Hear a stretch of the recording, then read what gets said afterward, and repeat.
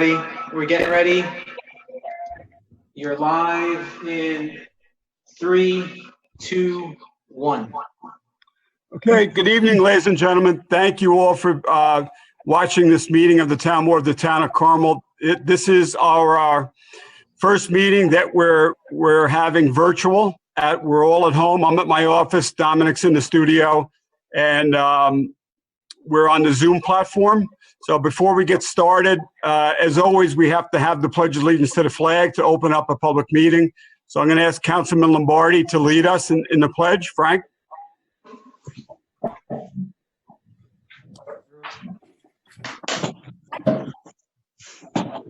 I pledge allegiance To the flag of the United States of America, and to the republic for which it stands, one nation, nation, under God, indivisible, with liberty and justice for all. Just ask that we remain standing for a moment of silence for all those men and women who have lost their life during the coronavirus, and a moment of silence for to thank all those first responders who have graciously and been serving the public during this time.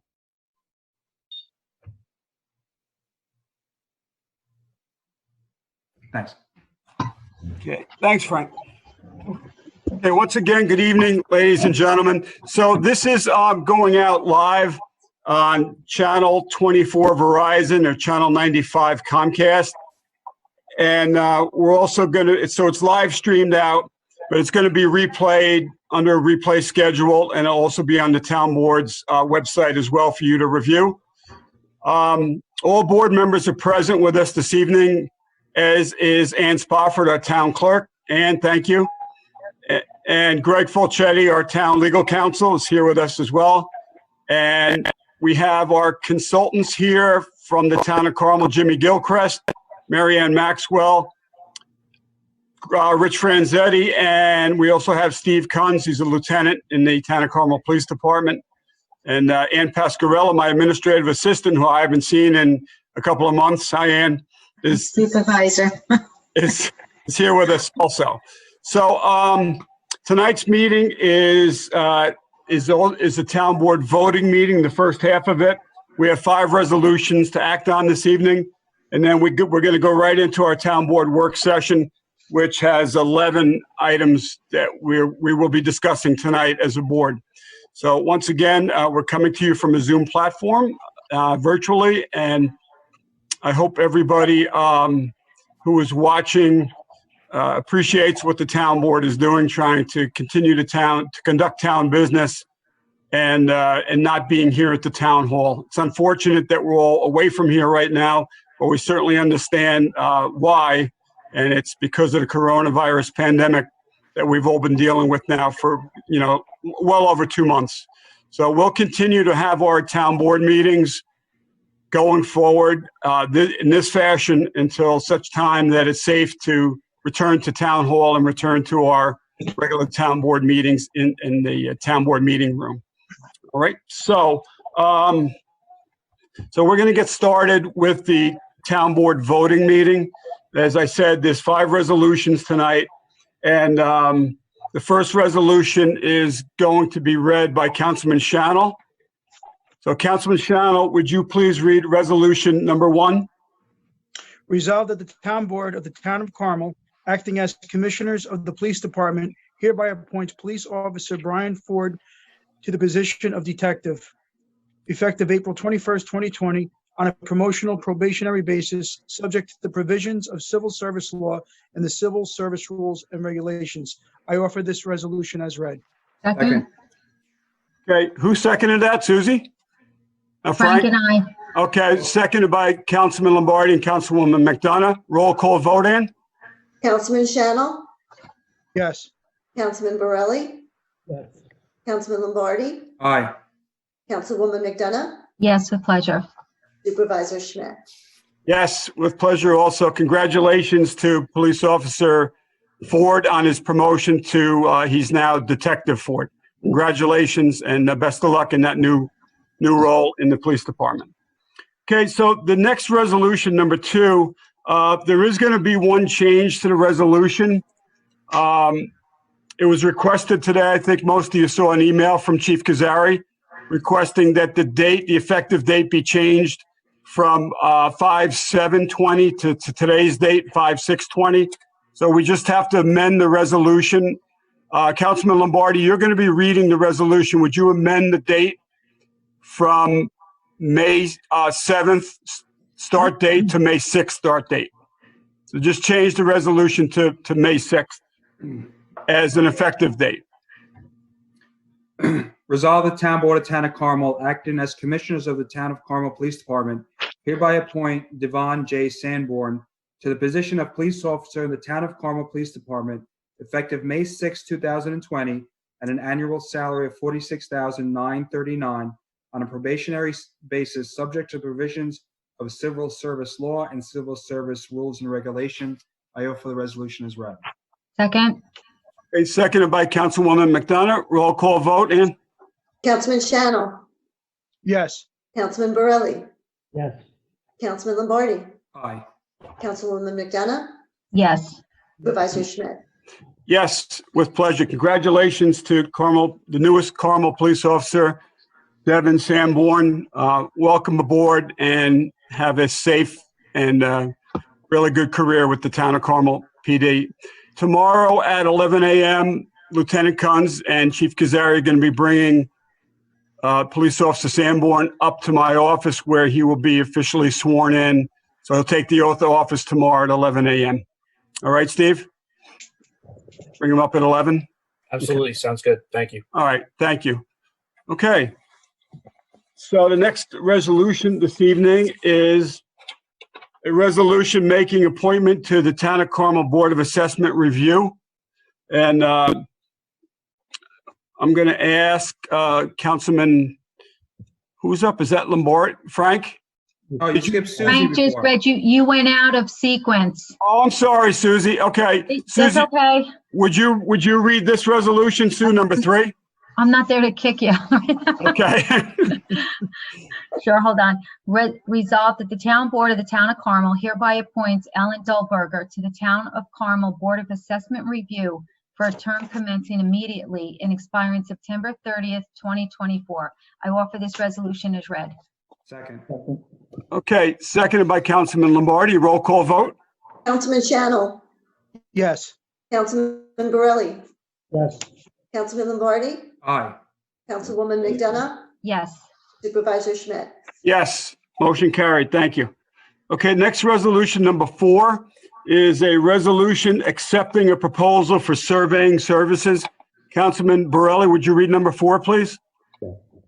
whereas the town board of the town of Carmel has previously authorized the commencement of litigation against Surge Inc.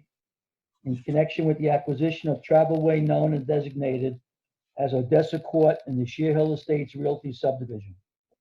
And whereas in order to complete such acquisition, a survey and legal description of the road and improvements sought to be acquired must be provided.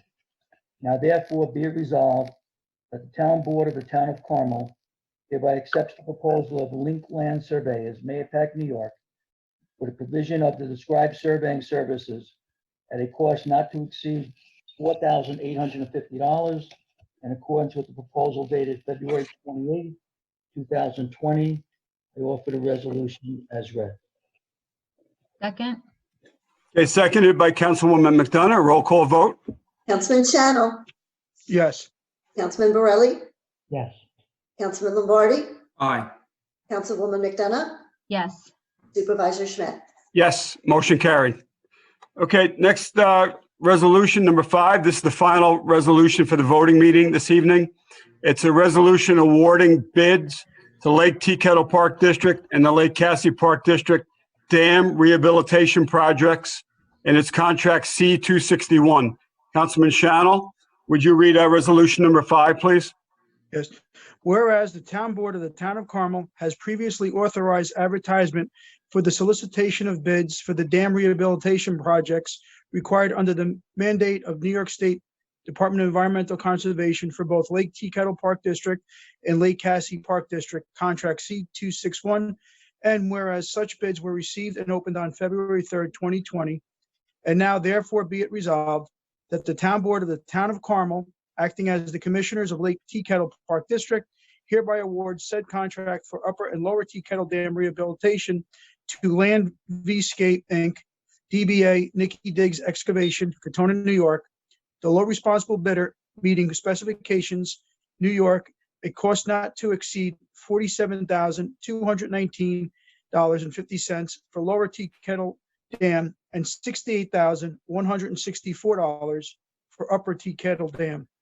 Be it further resolved that the town board of the town of Carmel, acting as the commissioners of Lake Cassidy Park District, hereby awards the said contract for Lake Cassidy Dam rehabilitation to Legacy Supply LLC, Valhalla, New York, the low responsible bidder, meeting specifications, New York, a cost not to exceed $166,860. And be it further resolved that upon presentation of performance bonds, labor and material bonds, and insurance certificates in form acceptable to town council, town supervisor Kenneth Schmidt is hereby authorized to sign any and all documentation necessary for the execution of all contract documentation required in connection herewith. I offer this resolution as read. Second. Okay, seconded by Councilman Lombardi. Roll call vote. Councilman Shannon, Yes. Councilman Borelli, Yes. Councilman Lombardi, Aye. Councilwoman McDonough, yes, Supervisor Schmidt. Yes, motion carried. Thank you. Okay, so that concludes the town board voting meeting portion for tonight. Okay. Did anybody have any comments on the voting meeting agenda? Kenny, I just wanted to tell you that with respect to resolution number 5, the board will recall that there was property that needed to be acquired from the county of Putnam for the access portion to Upper Lake Tea Kettle Dam. Those conveyance documents, the originals were received by my office this week from the county. So I just need you to countersign a couple of the ancillary documents, and they'll be recorded so the work can proceed as soon as we're done with the bond and the insurance review. Okay. All right, great. Thank you, Greg. Does anybody else have anything to add on the voting meeting resolutions that we just read and approved? No. no, No? Okay, I need a motion to close the voting meeting. so I'll moved, make a motion. All right, so it was so moved by Councilwoman McDonough and seconded by Councilman Shannell. All those in favor? aye, Aye. Aye. And I just need somebody to open the work session now. So moved. second, Okay. Work session was motion to open it by Councilman Lombardi and seconded by Councilwoman McDonough. All those in favor? Aye. Aye. Open it. Aye. Okay, great. and all I right, think so- Ann can leave now, right? She can, yes. Good Bye, night. Ann. Good night, Ann. All right, Ann. Okay. All right. So the first item on the town board work session agenda is to review of the town board minutes of March 25th and April 1st of 2020. Does any board members have any comments on those minutes? No. No. No, Okay. The second item is from our town clerk. Ann Spofford, this is something ministerial that we have to do per Greg Fulchetti, is that the town clerk, Ann Spofford, per general municipal law, states that the clerk shall present the board of examination to the governing body of the municipal corporation for its consideration at the first meeting held after the filing of the report with the clerk.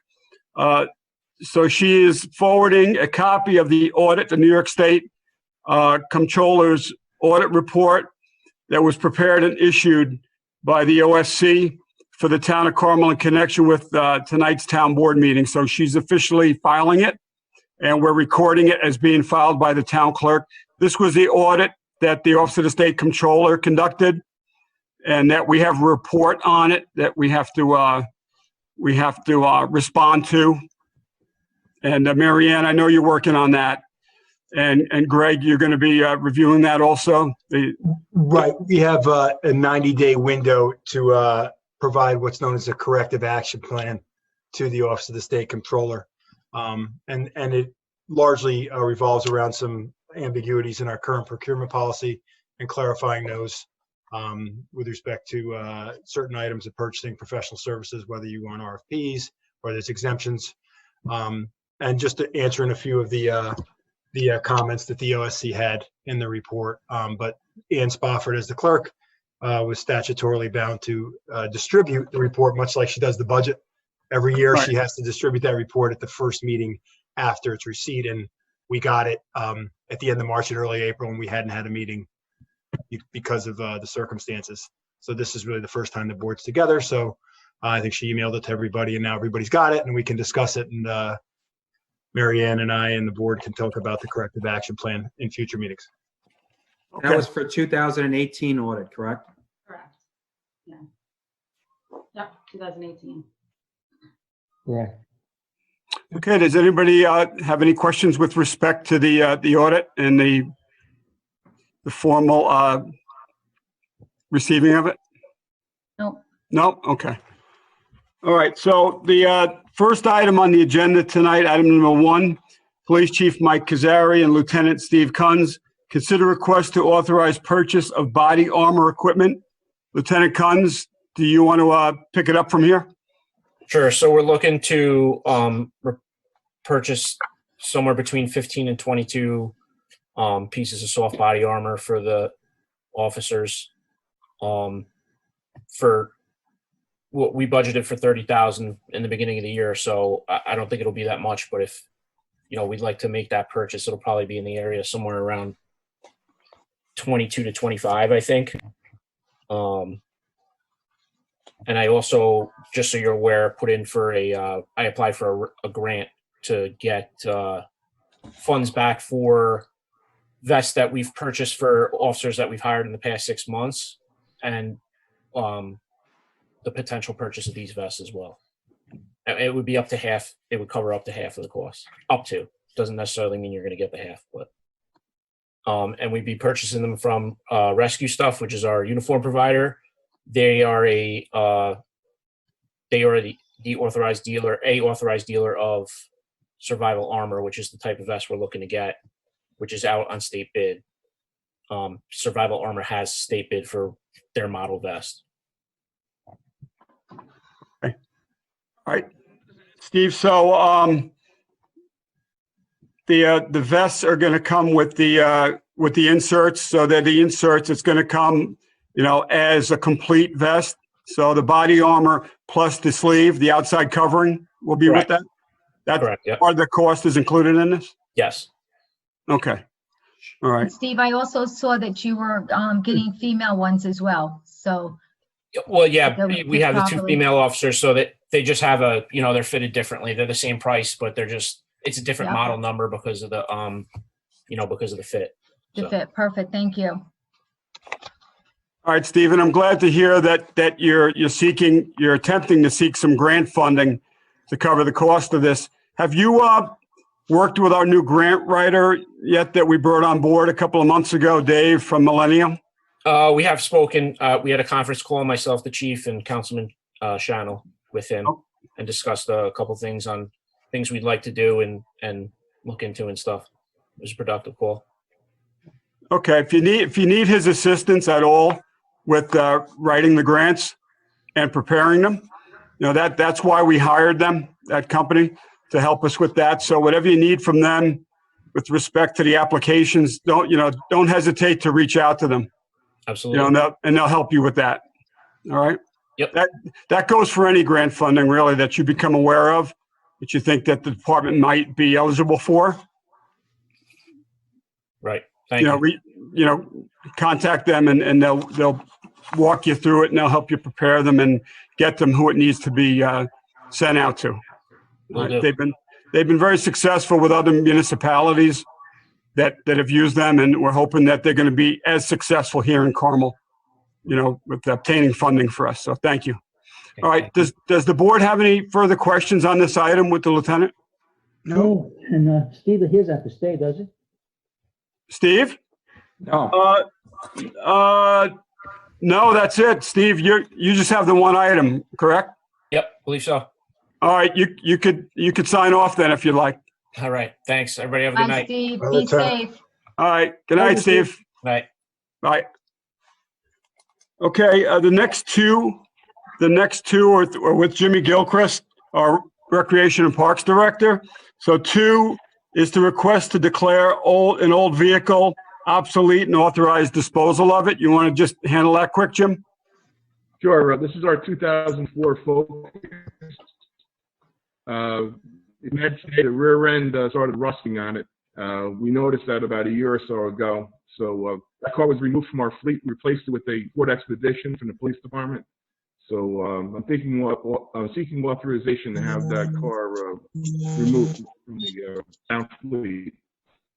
And it's off of the insurance policy. You can see the attachment that was done on March 5th. Okay. All right, great, Jim. I appreciate you following the process with having it declared obsolete and authorizing disposal of. That goes for any vehicles that we're taking offline due to their age or mechanical condition. We have to do it by resolution, so thank you. Board, do you have any questions regarding the disposal of this vehicle? No. Oh, No? Okay. Time to go. All right, the next item on the agenda, Jim, it's also yours, number 3. Consider request to award bids for irrigation of fields. This is for Airport Park Phase 3. Sure. Yeah, we received the bids back on May 1st. We had a very active group bidding on Phase 3. We had 15 bid packages prepared, and we almost ran out at the end. So we were fortunate to get 7 bids back, and they range from the lowest bid, Amity Construction, $254,499. And you can see the list that's on the memo of the other bidders that are there.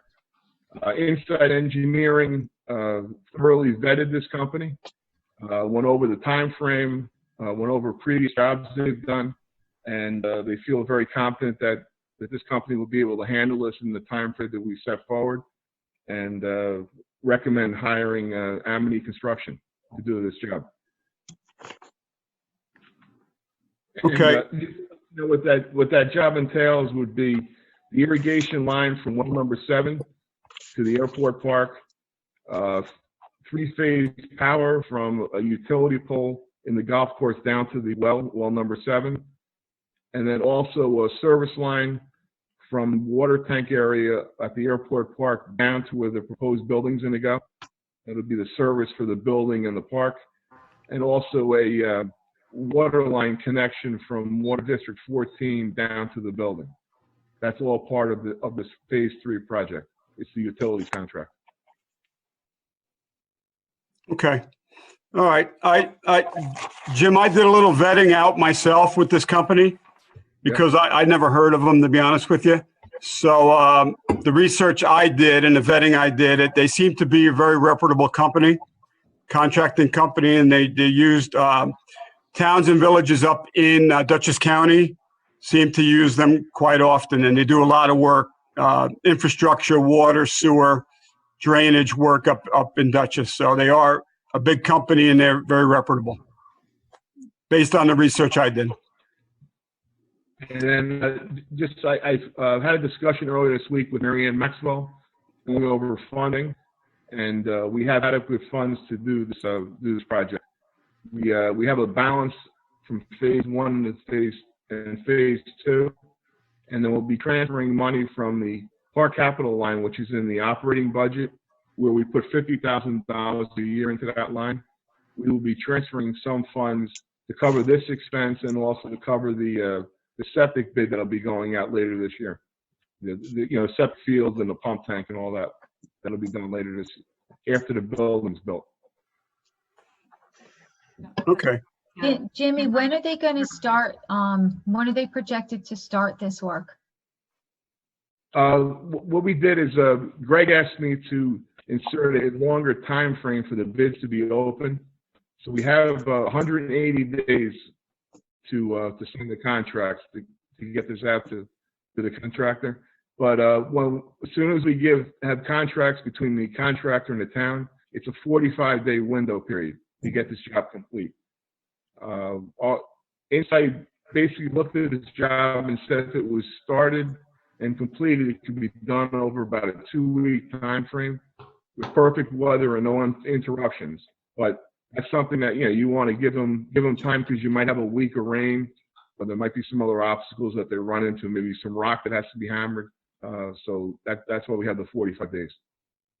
Okay. So, but process-wise, if the board is inclined to award the bid at the next meeting to the low responsible bidder, once that's done, the engineering department will give a notice of award.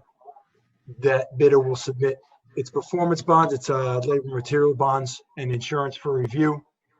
And once those are in satisfactory form, then you can give what's known as a notice to proceed.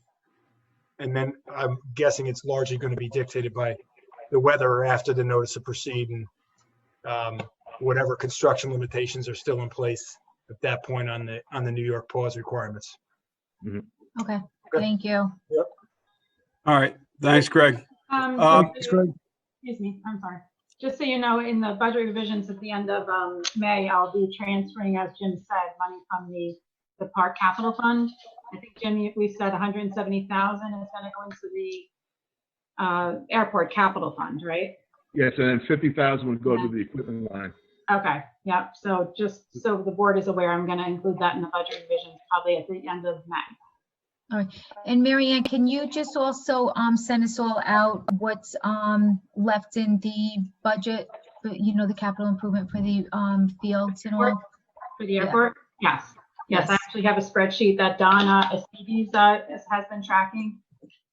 So there's 239,000 left in that line, but then we're going to transfer the 170, so that will bring it up to about 400,000. Okay. Okay. Yep, thank you. But yeah, I'll send that to the board tomorrow. Okay, does any board members have any further questions for either Jimmy or Mary Ann on this project? Nope. Nope. You good? Okay, all right. Jim, thank you. All right, have a good night. Bye, Jimmy. You could sign off now, Jim. Good night. Thanks, Ken. All right, good night. All right, unless you want to stay. All right, next on the agenda, actually the remaining agenda items are for Rich Franzetti, town engineer. Woohoo. Yeah, I know. All right, so number 4, Rich, is to consider request to acknowledge emergency repairs and services for Carmel Water Districts 1, 6, 8, 10, 12, and 13. Thank you. This memorandum is being presented to the board for payments in excess of $5,000 for services rendered. Brief summary of the work in Carmel Water Districts 1, 8, 10, and 13. The filter backwash pump discharge. There was an invoice of $6,130 for B&J Plumbing to repair that backwash pump discharge flange on January 6th of this year. Carmel Water District 6, Tomahawk Creek, there was a well pump failure in number 2. There was an invoice of $13,149 for B&J Plumbing. They had assessed the pump at well 2 and it had failed and would need to be replaced. This work was performed in January, on January 13th of this year. Carmel Water District 10, there was a valve repair at Hilltop and Crest. There's an invoice in the amount of $5,760 for B&J to repair the broken valve on February 25th at the intersection of Hilltop and Crest Drive. In Carmel Water District 12, there was a well pump number 1 and 2 failure. There's an amount of $7,890 for B&J Plumbing. They had assessed the pump at well 2. It had failed and would need to be replaced, and it was performed on March 23rd of this year. There's also an invoice for $7,877 for the same issue with well pump number 1. It had failed and needed to be replaced, and that work was done on March 24th of this year. In Carmel Water District 6, there was a well pump failure, and that was $12,589 for B&J Plumbing. They assessed the pump. It had failed and would need to be replaced, and the work was performed on March 26th of this year. Okay, any questions or comments for the engineer on this item?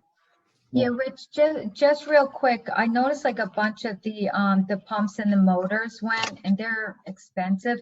How long do they usually last? And do you know how like old the other ones were that were taken out? I'd have to double check on some of the other ones. In Water District 12, unfortunately, we're replacing them fairly frequently. There seems to be an electrical issue up there that we need to address. I don't know the ages of them, but I can certainly find out the difference, those for you. Okay, yeah, and if you can get a rundown of Carmel Water 12 to see how often we are replacing them, because we may need to address that electrical problem a little bit sooner than later. So they don't We're in the keep- process of addressing it. Yeah, You we're- are now. we have the Okay, perfect. electricians out there, so All right, thanks, Rich. no problem. Rich, quick question. Are you there? Sure. Any of the pumps, can they be rebuilt and used at a later time in case another one fails? Is it a cheaper No. option or not really? No, it's not really an option. Once those well pumps fail, they sometimes it depends. That could be just debris that gets in them and screws up the shaft, burns the motor out. They just can't be repaired. They do try to send them out for repair when necessary, and we always have them as backups. So, Okay. All right, good. Thank you. Any other questions for the engineer on this agenda item? No.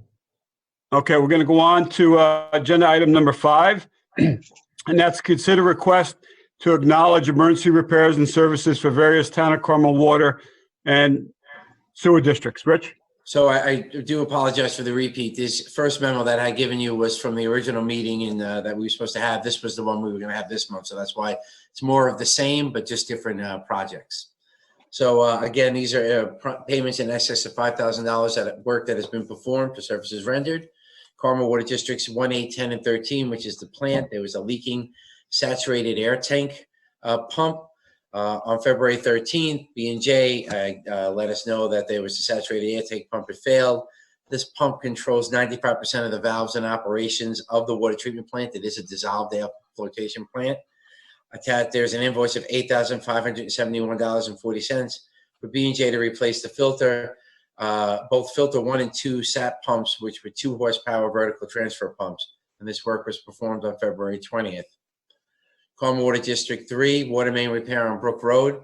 On March 26, 2020, Infomark, the operators of Carmel Water District 3 advised the department a leak at the reference location. There's an invoice in the amount of $6,387.24 for Cook Excavating to replace a saddle at the main and reconnect line and service line and blacktop restoration.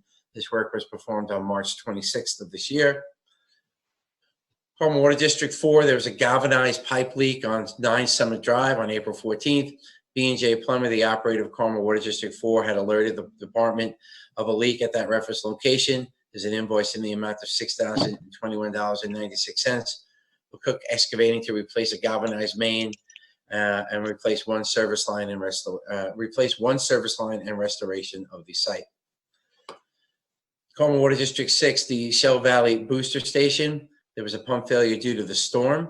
On April 13th, B&J, the operators of Carmel Water 6, had alerted the department that the booster pumps at this site had failed. They assessed the booster pumps and they were down due to the storm event of April 13th, 2020. It was determined the pump would need to be replaced. There are invoices in the amount of $8,326 and $6,166.40 for B&J to repair the 2 booster pumps. This has been submitted and is in process within the insurance to have it reimbursed. Carmel Water District 9, there was a broken flushing hydrant on Woodland Road on April 2nd, 2020. B&J, the operators of Water 9, alerted the department that there was a flushing hydrant leak at the intersection of Woodland and Highland Road. There's an invoice in the amount of $5,395 for Cook Excavating to repair the broken flushing hydrant.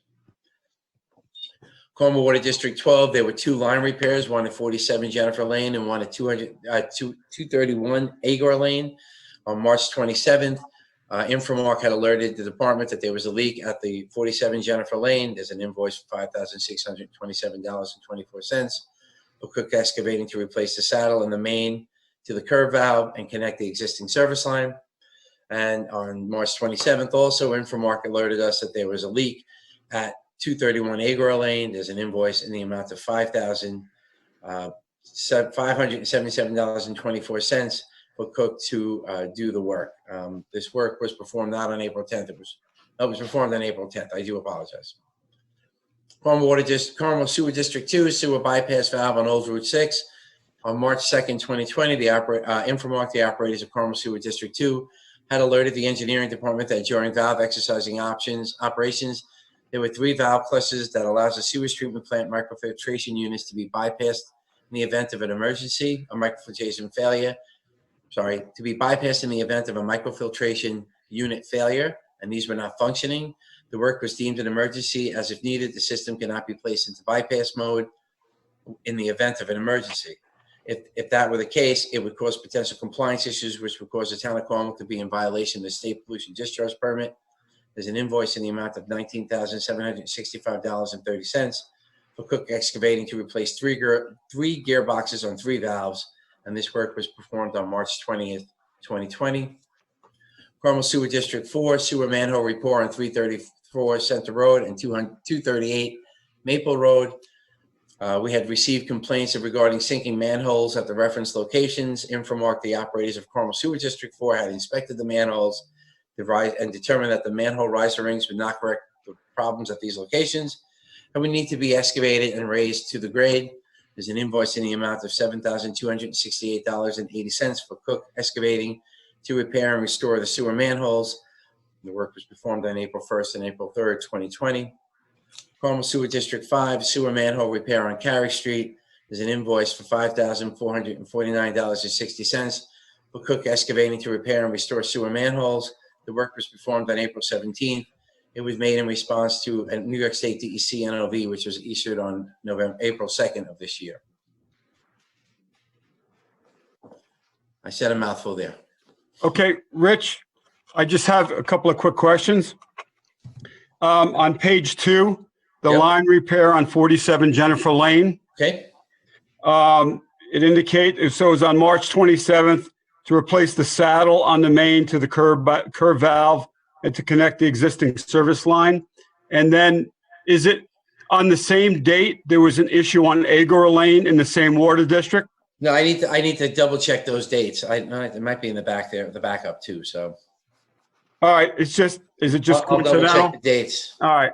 And one other question on the second one on Agor Lane, Okay. at 231 Agor Lane. It indicates that it was to repair the service line. I thought the homeowner was responsible for repairs to the service line. I'd have to double check that. Yes, they are. Typically, we go from the main to the curb box, and then the curb box is the service line in. We wouldn't be repairing the service line. That, again, might just be a typo in there. I need to just check the backup. I'm looking at that right now. I'm looking it up on there. All right. Yeah, if you could just check the date for me. Yep. And what the work that was actually done at that location, 231 Agor. You got it. All right. And if the date is the same, is it just coincidental that they both happen in the same water district on the same date? I guess it could, right? Correct. So yeah, Infomark was 47 Jennifer Lane was March 27th. Yeah. So so I messed up. I kept the date. April 10th was the one for 231 Agor. Right. April 10th? Yes. April 10th. The invoice. And it was we pulled the new service line from the main to the curb box side on our side. So it was on our side of the system? Yes. Okay. All right. You know, Kenny, Yeah. there's occasions there where we, once in a great while, where you've had a service line that was leaking, and it was leaking so in such a rate, in such a manner that the town has repaired and then sought to back charge the owner as well, because the owner was ignoring it in those circumstances, and the water was leaking at whatever rate per gallons per minute. So we have done that in the past. I'm not sure that that's the case of what happened here, but it's rare, but not 100% out of the question. And we can seek reimbursement if we have to do that kind of repair to save the water. Okay. Okay. So in that case, Greg, we would make the repairs and then bill the homeowner for the cost of it, repairs? We've done that, yes. Okay. All right. Good. All right. Any further questions for Rich on this item, number 5? No. All right. There being none. You good, Bob? I'm good, yep. Okay. All right. Rich, go on to number 6, to consider request to accept proposal for the replacement of UV disinfection ballast at Carmel Sewer District number 2, the microfiltration plant. So Infomark, the operators of Carmel Sewer District 2, advised the engineering department that the ballast modules, controllers, and circuitry of the UV disinfection bulbs at the microfiltration plant were now functioning, and they must be replaced to maintain appropriate disinfection standards. These projects were completed as part of the regulatory upgrade and financed through the New York State EFC by New York City, and the facilities utilize a combination of microfiltration elements and UV disinfection bulbs. They've advised that while there are markets for various manufacturers of this equipment, that based on research, Trojan bulbs can be expected to provide longer service than aftermarket bulbs, and they provided a whole bunch of backup information, and therefore this is a particular sole source type of work. They gave us a quote from Trojan UV for the bulbs and ancillary equipment of $35,813, but after we get reimbursed 50% from New York City, we pay $17,906.50. The equipment that was there is about 12 years old, and the life expectancy is about 10 years old. There are sufficient funds in the budget, but will require a budget transfer in the equipment line, and we authorize authorization to proceed with the work as outlined. Okay. All right. Any questions or comments on agenda item number 6 for the engineer? One quick question. I just happened to look through some of the paperwork, and it seems that the bulbs that you'll be getting now are different than the old ones. They have a longer lifespan. Is that true? It's marginally longer if they are at all. So yes, should be Okay. about 3 years. Okay, great. That's it. Anybody else have any other further questions? No, Okay, let's go on to agenda item number 7. This is to consider request to authorize replacement of influent comminutor for Carmel Sewer 2. Is that also known as a muffin monster? Rich? Yes, they can be. I know you guys love the word comminutor, so, but muffin monsters, comminutors, they're grinders. They're all. They're grinders, right? So Infomark, the operators of Sewer 2, alerted the engineering department that the waste lines leading to the waste pump room located in the Headworks building was restricted and blocked. I had sent some emails to the board about this a few weeks ago. They had tried to use their in-house sewer jetting, were unable to clear the blockage. The reason was that the grinder teeth on the comminutor at the headworks of the plant were worn down and allowing rags to go through the system. Infomark had moved operations to the bar screen, which was a manual rag removal versus mechanical using the comminutor, and they've been directed to have the comminutor repaired and placed back into service.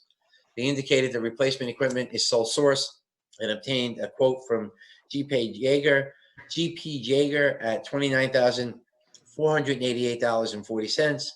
The existing comminutor is about 10 years old with a life expectancy of the new equipment to be about 10 years. Cost for the installation is estimated at about $6,500.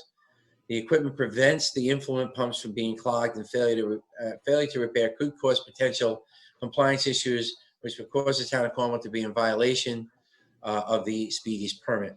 There are sufficient funds in the budget for this work, and we request that the authorized purchase and installation be authorized. Okay. All right. Rich, who's doing the installation, Rich?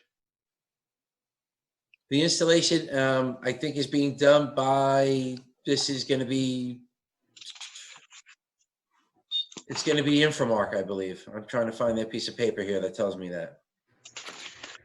Can you put on a little piece of paper for the future when we do their contract again, that some of these installations be included in their in the contract, so there's not a lot of extra charge on that? Yes, we had talked about that before, and that's certainly Yeah. something that's going to be considered moving forward. Okay. Rich, just a quick question. It says that rags are going through the system. How do rags get in? Is it people just putting rags in their, So down their sewer? I'll do a public service announcement. There's no such thing as flushable wipes. People will put amazing things down the sewer system. And the rags get down there. Wipes don't get, caught up. The toilet paper, is basically dissolves, but most of the other stuff don't. It's diapers are in there. Other products are in there that are used. So, I mean, it's just amazing what goes through a system. Wow. Okay. Thank you. Okay. Any further questions for Rich on this item? Nope. Nope. Okay. All right, Rich, go on to number 8. That's to consider review of draft annual MS4 report. So the town of Carmel is an MS4 community, and we are required to develop and submit an annual report under the New York State DEC State Pollution Discharge Elimination System, general stormwater discharge permits for MS4. There was a draft report that was submitted back to the board. It's been posted on the webpage since April 9th. There have been no comments from the public on it. The final MS4 report is due on June 1st, of any given year.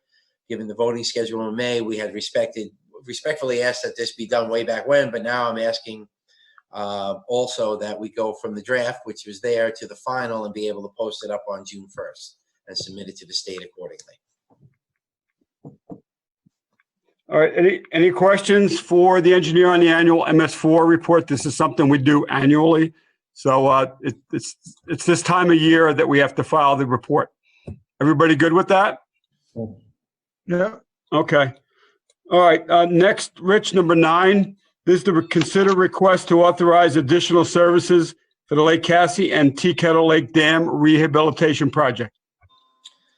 Correct. So as the board just voted on this evening, it was suggested that the lowest bidder for each dam be awarded the respective contracts, Nikki Diggs for Tea Kettle and Legacy for Lake Cassie.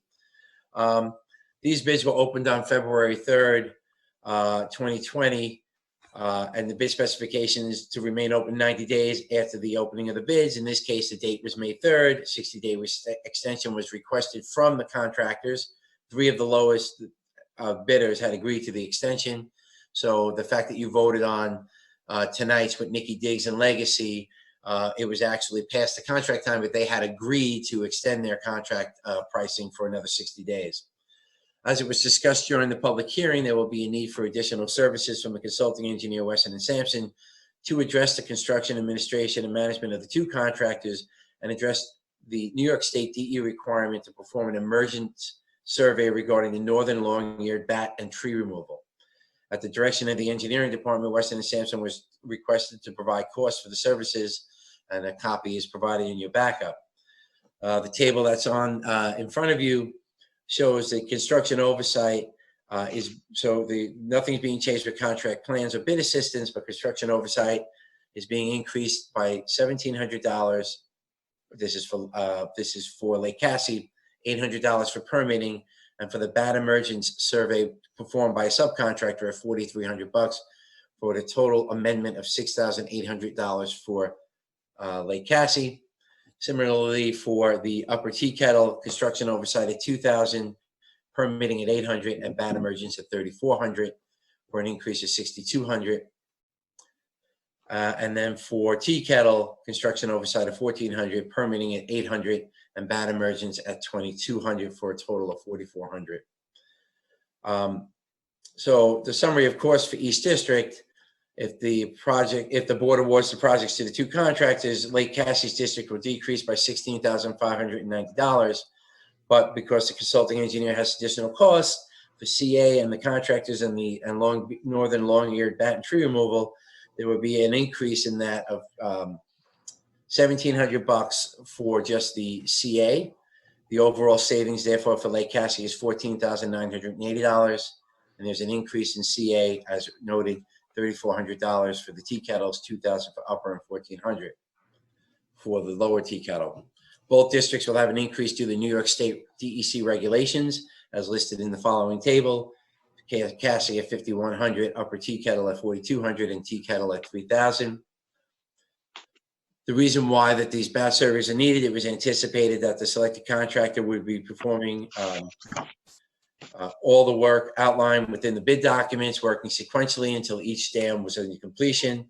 The increase in the CM for the districts reflects additional efforts to independently manage the contracts, coordination between the contractors and subcontractors as related to the bat emergence survey, which includes bat survey, tree felling at the 3 sites, which will require additional inspections. Bat surveys can only be performed at 1 site per night, coordinating the bat surveys the night before with the subcontractor, reviewing the results, notifying the contractor the day before or the following day, coordinating with the DEC, which is related to the inspections. managing the work schedules, because they're not expected to coincide. The related inspection and oversight efficiencies of the work will be reduced due to the timing when the various contractors begin, and the review of shop drawings and pay requests for 2 contractors. So that is why that additional cost was in there. All right, Rich, when you went out there to do the bat survey with the contractor, did you actually locate any? No, nothing's been done yet. We were requesting permission to Oh, for an additional increase in the scope for the subcontractor Weston and Sampson regarding having this bat survey performed. I've been dealing with the New York State DEC for probably a little over a month and a half now. I've been out there. I've taken pictures. We had the town forester go and do an assessment of the trees, and still we didn't think that there were any trees that were eligible for this bat habitat. However, the DEC did come out and located a bunch of trees on each dam, mostly on the upper Tea Kettle is where they found the most trees. And Lake Cassie was number 2, and then lower Tea Kettle. So. Rich, I have a question for you. I know I spoke to you a little bit about this afternoon. With the bat emergent, like for the Lake Cassie, the contract plans is $6,100, and then the upper Tea Kettle $6,600. But yet the bat emergent is almost $1,000 more for Lake Cassie than it is in upper Tea Kettle. Like, why is that? Is that because there's that many more trees? Yes, there's more trees at Cassie than there are at the other dams. Okay. I'm just trying to find in the backup, there's a listing of the trees, so.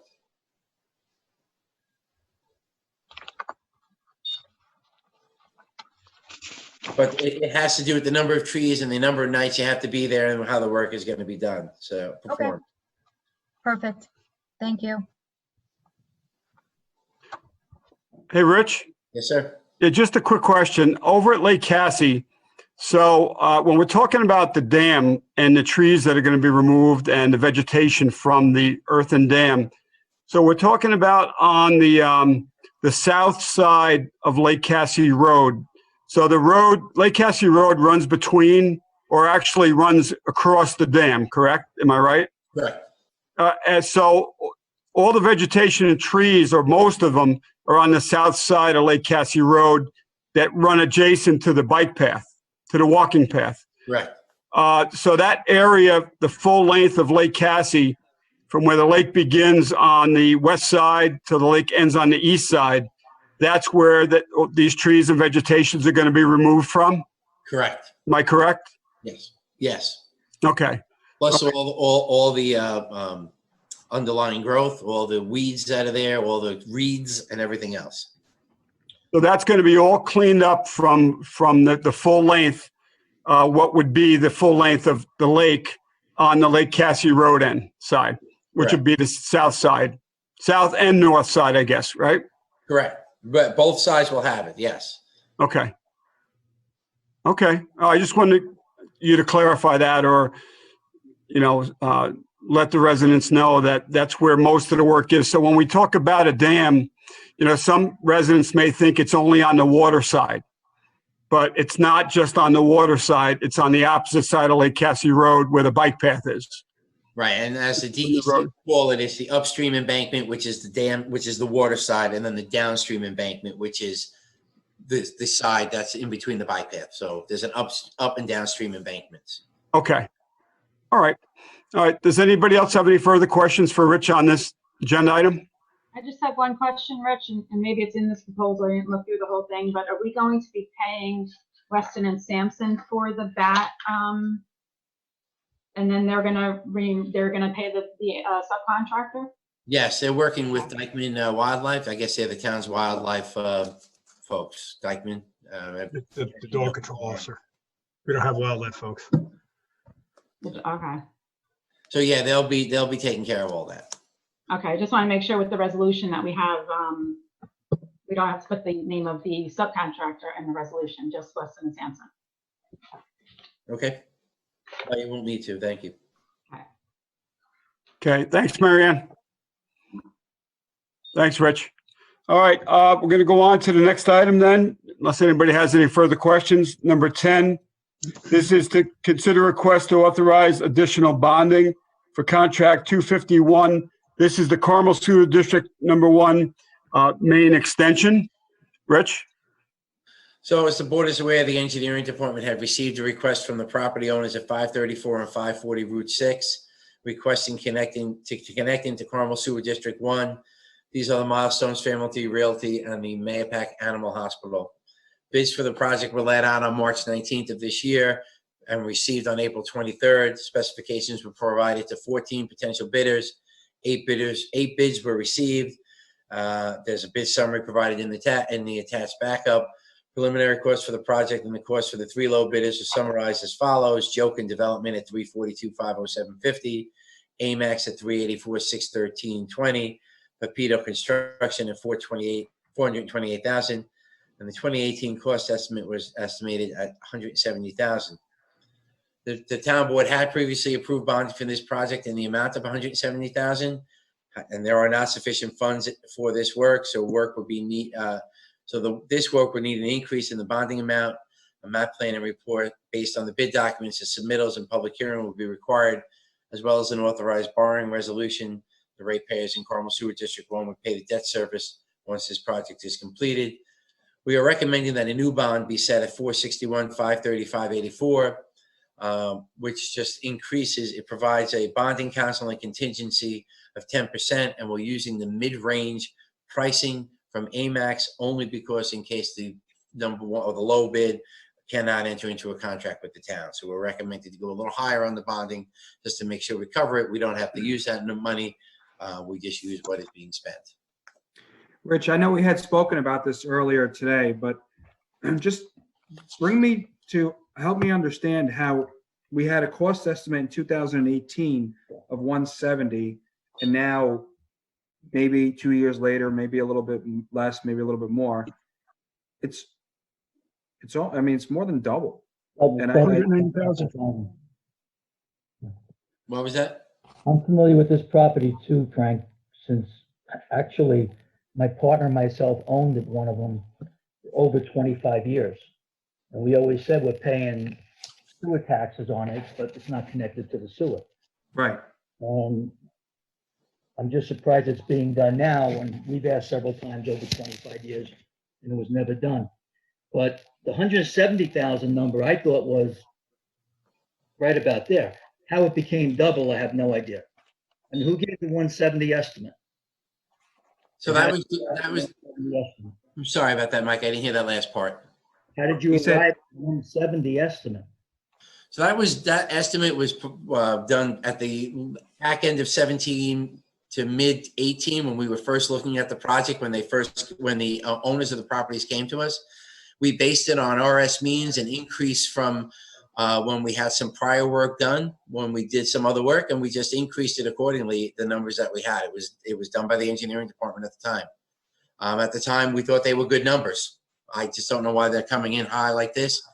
A couple of years later, it looks like a lot of these guys are just throwing numbers at us. We're seeing that on a lot of different projects. We saw it on the one for Jimmy Gilchrist.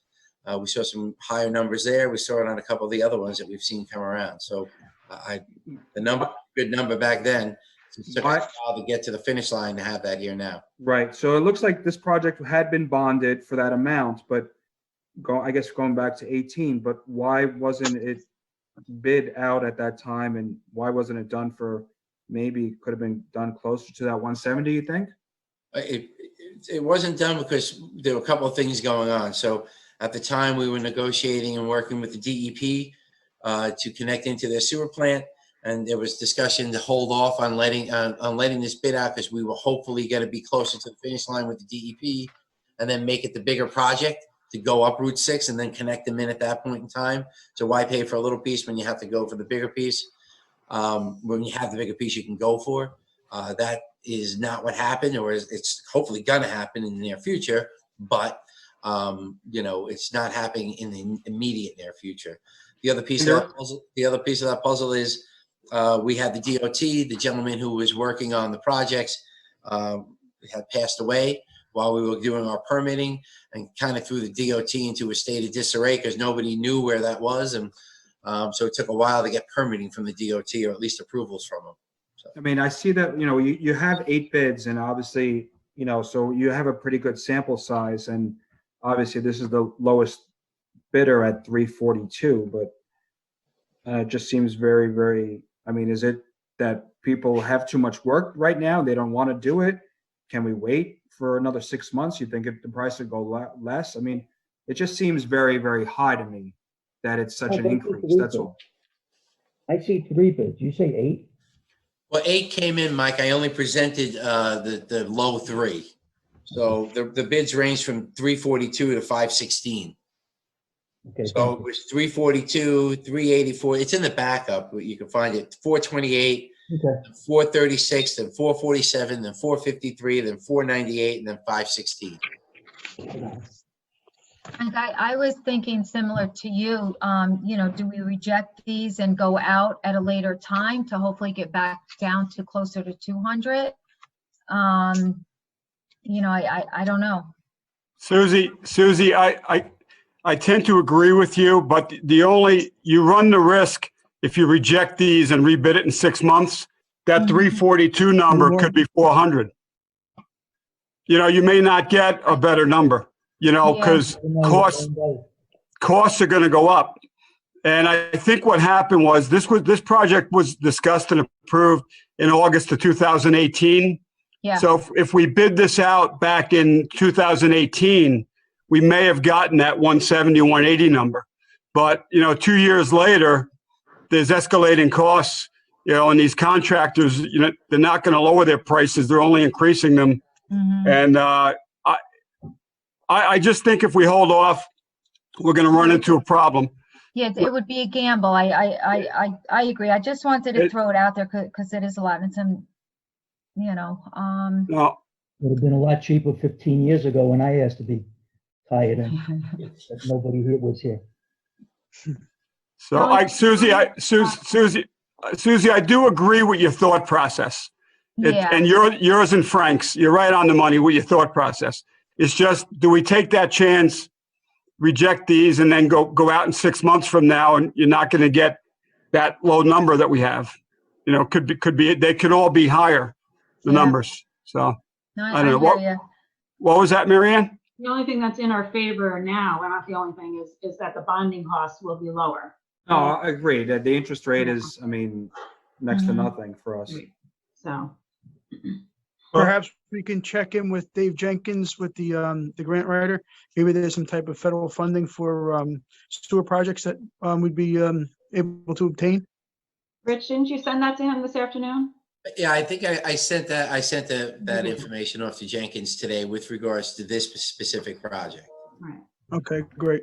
So you have to figure what your process is going to be, because if in fact you're going to consider awarding the low responsible bidder here, any of the bidders on that list, you need to obviously increase the borrowing, and that requires a public hearing. And I'm not sure when you're going to next conduct public hearings, whether you're going to do it on the virtual platform or you're going to wait till the town hall is open for actual public, public presence again. So that's one of the things we got to figure out. If you're going to do it and consider awarding it, we got to get the borrowing in place. And if not, if you reject them, then obviously that pushes the entire inquiry down the road. So Greg, how would that work if we move forward with this and increase the bonding? But yeah, we have to have a public hearing, but we can't because of the COVID-19, the pandemic. Like, would these people have to hold their bid price or? No, well, you can have it's possible to have a public hearing on the platform. Okay. I know the towns are doing that. I'm not saying it's the best thing to do. I'm not saying it's the most effective, but I know it's being done. But you can have the contractor write the specs. Take that back. For this contractor here, you can request that they hold their bid price for a more extended time. Okay. While you put the things in order for the financing. Mm-hmm. Worst they can say is no. Okay. We're not going to hold it. And then if they're not going to hold it, guess what you're going to do? You're going to reject them. Okay. Because you're not going to get it done in that window anyway. I'm not saying it's got to be done this second, but like next week, we're going to have resolutions on off this work session.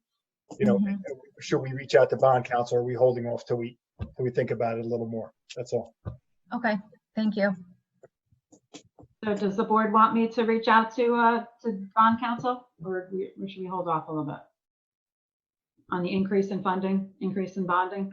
I don't think it could hurt to reach out to them to I mean, I can start have the them- process. Right, I can have them prepare the resolution or, the order calling a public hearing. Right, Say we right. have documents in front of us, and then all we need to do is change the dates when we, know what the board's intentions are. I mean, I think, Greg, if I'm not mistaken, I think by executive order, we can actually conduct public hearings via Zoom and stuff, right? Yeah, that's what Greg said, yeah. Yeah. 100%. I'm the practical and technical ins and outs of it and giving the public a chance to be heard. I know. That's And what towns are doing in that circumstance is they're conducting it virtually, is they're like leaving another week for a comment period. right. There's ways to do it. What Mary Ann suggested is probably the best way. We could have bond counsel draft the additional borrowing, and we could just address the dates when you Yeah. decide your course of action. Yeah, okay. Okay. Yeah, just keep in mind, guys, these two property owners have been waiting almost 2 years now to connect to the sewer main. And, let's not push it off too long because, they have been waiting that long and they anticipated that it would have been done by now. And they would have been able to connect to the main because they've been in the district. They've been paying sewer taxes and sewer use taxes with the city and back capital. So Hopefully they're not paying capital now. They're not connected. So No, They haven't been paying back capital, right? there was for a period. I don't think in recent years they have because No, I they- think they're still paying. They're still they're still paying capital annually. they are paying capital. Those sewer tax has been on that property for the last 30 years. They're paying capital and O&M. So they've been paying and they're just looking forward to Right. having the ability to connect to the main. So I just, what I'm saying is let's, go ahead, Mary Ann, talk to Doug, get all the bonding in place. Okay, so is there, Or- when's the next voting meeting? Because we Next can week. order calling. 13th. Next week. 13? 13th, yeah. right, next week is. So I don't know if that's gonna be enough time for him to do it, but if not, then I'll have him do it for the week, the 20th, I guess. Well, right. I think if we need to, Kenny, if we really need to. It would be the 27th, Well, Mary no, Ann. if we wanted to rush it because we can't do it next week for the meeting, The 20th is the planning board meeting, Frank, the 20th is, is the planning board meeting. It would have to be the 27th or next week. okay. Okay. So I asked them, see if they And can get it mind done you, next week. It's going to be, the next thing you're going to have is an order calling a public hearing, Right. which is going to then schedule the public hearing sometime a minimum of 3 weeks out because of our publication requirements on our official Right. newspapers. Right. So you're getting into June in the best of worlds. Right, but the more you wait on voting on the resolution, the longer the public hearing's gonna be. Longer it's going out, right? Right. I So thought on the that- 20th, we were actually talking about doing, voting on something. Kenny, is that Can't not do correct? nothing on the 20th. There could only be one meeting, and that's the planning board, Greg. It'll be Okay. the 27th. They can only Zoom to one at a time? Yes. That's fair. Okay. So we'll talk about it next week or the 27th. You just, Mary Ann and I talked to Doug. Doug prepares the order calling the public hearing for the additional borrowing. Mhm. Whatever you decide, I just change the date in the end for when the hearing is based on when you vote it. Okay? We can put the wheels in motion and then you can figure it out. Okay.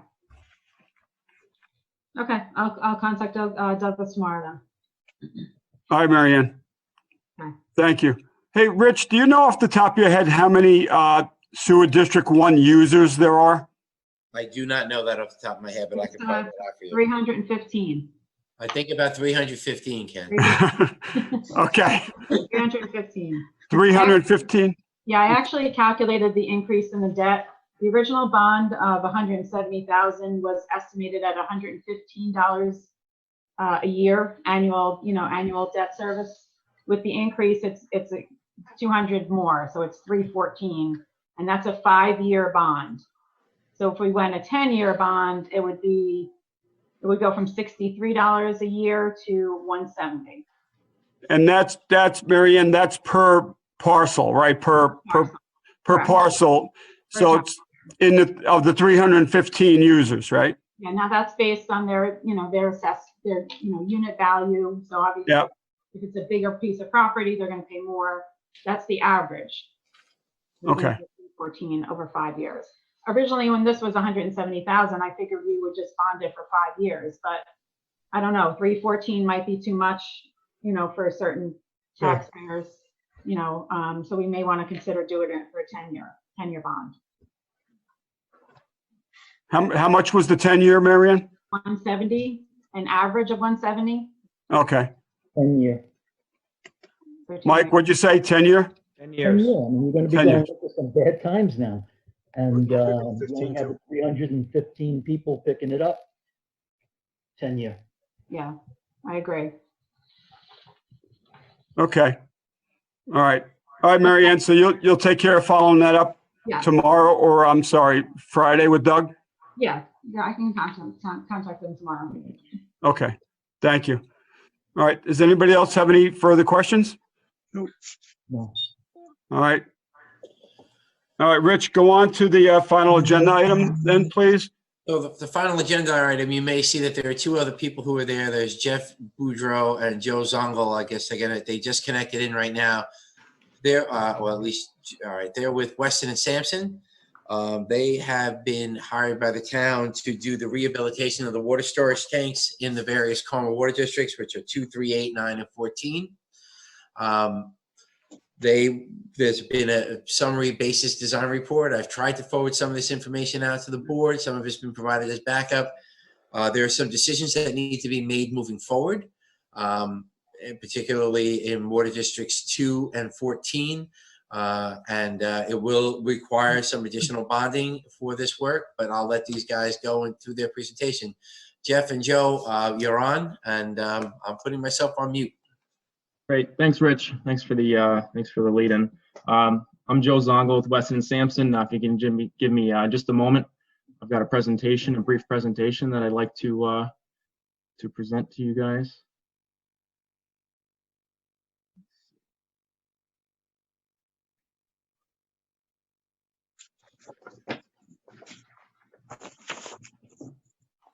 All right, is everybody able to see the presentation? Yes. Yes. Excellent. Ladies and gentlemen, thank you for your time. As I said, I'm Joe Zongel. I'm a project manager here for this project at Weston and Sampson. I'm an associate with Weston and Sampson. I've got 12 years of experience in municipal engineering. Our principal in charge, Jeff Boudreau, is also with us. He's got over 35 years of municipal engineering, especially on the water storage and distribution side of things. So the purpose of this presentation is we wanted to bring you up to speed on the work that we've been doing for the rehabilitation of the water tanks on districts 2, 3, 8, 9, and 14. One of our first tasks when we started this project was to create a basis of design report. Pittsburgh Tank was brought in a couple years ago to do tank evaluations, and they had put together a list of recommendations for each tank for all the different rehab that needed to be done. That was turned into an RFP for design services, which we were awarded. One of our first tasks was to create a basis of design report to evaluate the recommendations. We compared them against OSHA regulations, AWWA, American Water Works Association recommendations, as well as Penn State standards, just to make sure that the recommendations were in line with what the town needed and make sure they're within current standards. Also, as part of that, we evaluated for some tanks when feasible, the construction of a new tank, replacing the existing tank. There's multiple styles of water storage tanks. The two styles that the town has currently are welded steel tanks, which require painting and maintenance every 15 to 20 years. There's also glass line tanks, which are basically steel tanks that are lined with glass, so it's glass fused to the steel on either side, so they don't require the same level of maintenance. They've got a lot more durability. Typically, when you do a life cycle cost analysis, they're more economical, so that's why we wanted to look at that option as well. In preparing this basis of design report, and the reason we're presenting here is there were a couple districts where our analysis showed that replacement of the tanks seems to be the most cost-effective method or approach, and it's in the best interest of the town and district. So we wanted to present our findings and leave it to you folks to make a decision for which direction you want to go for each district. Some districts are a little bit more straightforward than others. We're going to start with the most complicated one to start, just because that's District 2, and then we'll take it from there. So this presentation, we're going to go with, we're going to discuss the storage for each district, what we're proposing as our approach for rehabilitation of these tanks, recommendations during construction. These are just things we want to make you aware of that we're recommending during the construction, because the tanks will have to be taken out of service during the rehabilitation. Any associated additional engineering that comes with the change in the scope potentially for a couple of these tanks. And then finally, a cost analysis comparing what our cost estimates are versus the previously determined bond estimates for each district.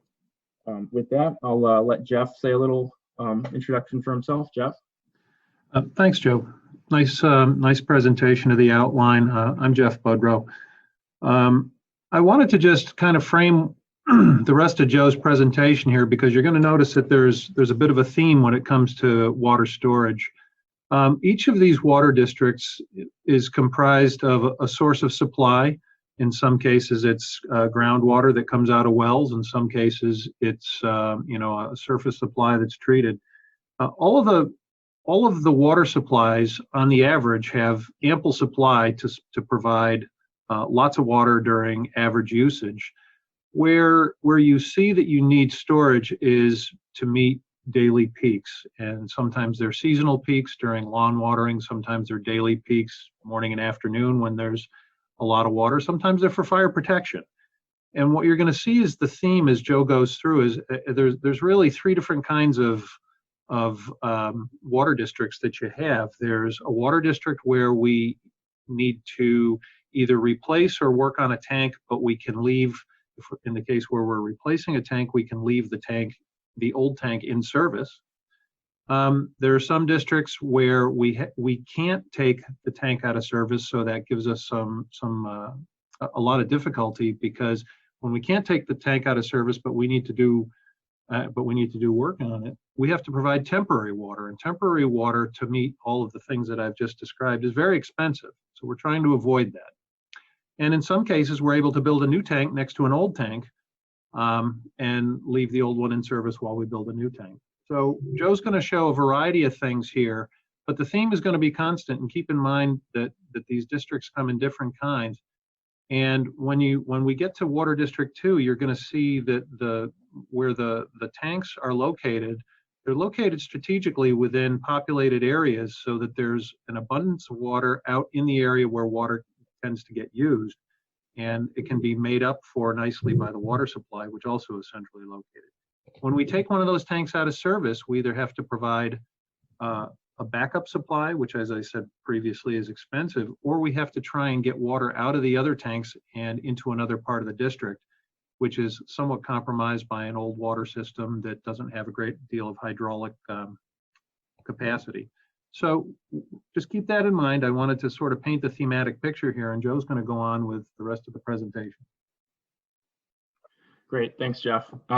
Basically, this presentation is going to run through the basis of design report that is in your packet, and hopefully you've had an opportunity to at least partially review it. We put together an executive summary per Rich's recommendation, which I think was a great idea. And that's kind of what this presentation is going to do, but it's going to explain it a little bit more. And feel free to ask questions as we go through. So Carmel Water District 2, so this is the downtown hamlet of Carmel. There's 3 tanks within the system. So they're all steel welded tanks. So these aren't the glass line tanks that require less maintenance. These are steel welded tanks that require epoxy painting every 15 to 20 years. The paint used to last longer when you used to be able to use lead paint, but now that we're getting away from lead-based paints, the epoxy paints don't have the same life. The 3 tanks are located, there's one at the end of Everett Road, there's one on Lindy Drive, and there's one on Clapboard Ridge. It's also known as right behind the ShopRite shopping center. You can see that the 2 of the tanks, Everett Road and Lindy, are 300,000 gallons. The Clapboard Ridge is 500,000 gallons. So in total, you've got 1.1 million gallons of storage within Water District 2. What we're proposing for this project is to rehabilitate the Lindy Road tank and the Clapboard Ridge tanks in place. So that would be put in the necessary repairs, modify the ladders, put in safety features, paint the interior of the tank, paint the exterior of the tank. The Everett Road tank, I know there's a history of water issues in that area. Just on visual inspection, the Everett Road tank is not in very good shape. We were actually witnessed a few pinhole leaks that were evident when we were out there back in January. There's also available land there. And what we're proposing is building a brand new glass line tank right next to the existing Everett Road tank. We did a cost analysis, and building a new Everett Road tank comes out to be a little bit more expensive on capital costs than rehabbing the existing Everett Road tank. However, there's a few wild cards there. There's potential for a lot of unknowns. You can't inspect every square inch of the tank. So the pinholes that we saw, there's potential to be more. There might be a lot of spot welding and things like that. We've also included an increased contingency for the new tank, just to be conservative, which was 30% compared to the rehab. So when you take the contingency into consideration, the capital cost is about even with the Everett Road tank. There's also another reason why we want to recommend this, which we're going to get into, is since we can build the Everett Road tank next to the existing, what we're proposing to do is to leave the existing Everett Road tank in place and use that as the temporary storage for the system when the other two tanks are being taken out of service. Theoretically, it'll work because all three tanks are on the same elevation pressure gradient. However, as Jeff mentioned earlier, and we'll show a map, the tanks are dispersed throughout the district. So our concern is we need to make sure that water can get from the Everett Road tanks to the other parts of the district so that service isn't interrupted to all the users. Recommendations during construction, you're going to see this as a common theme. There's a town code section that has water restrictions. It's basically restrictions on lawn watering and things like that. We don't want extraneous water use while tanks are out of service because we want to make sure we maintain water for things like fire protection and things like that. Typically, we construct these tanks in the fall when lawn watering season is past. People aren't filling pools, so that shouldn't be too much of a hardship for the users. For this approach, we'll require some additional engineering. The original scope of work was to rehab all three tanks. Since we're proposing to replace one of the tanks, we'll need to do a geotechnical investigation just so we can properly design the foundation for the new tank. Topographic survey to locate the tank, set the elevations, make sure we're in the property lines, all those types of things. SHPO, State Historic Preservation Office, everything in the town is listed as in a check zone, which means that you just have to get verification that you're not, digging in a historically significant area. The seeker process, the State Environmental Quality Review Act review will need to be done. We think this is going to be a type 2 action, which is just simply writing a resolution that it's replacement in kind. And then we're also proposing a water system model for Carmel District 2 to determine if our proposed approach is going to be feasible given the condition of the existing water distribution system. Reason for selecting these options here. So in the memo, we've got a detailed cost breakdown. The capital cost, as I mentioned, for Everett Road is slightly higher than the rehabilitation cost, but that does include a higher contingency factor. 30% contingency on this happened to be $175,000. So there's a lot of, conservatism built into that number.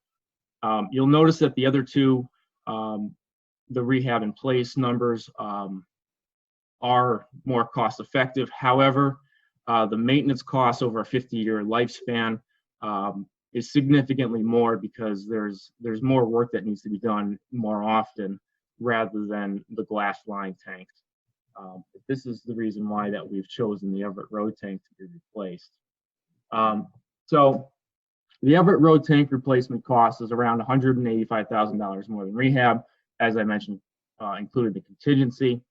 We'd like to use the old Everett Road tank, which you see on the bottom right of the screen, as the temporary water storage while the other two tanks are being rehabbed one at a time.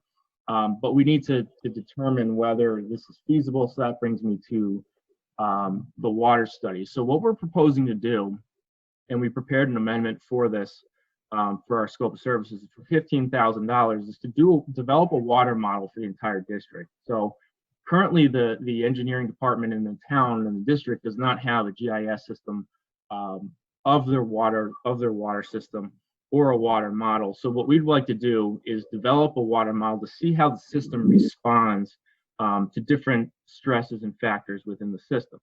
So you can see here that the WTP is the water treatment plant. So that is right off of Stoneleigh Avenue. You'll notice where the Everett Road tank is at the end of Everett Road.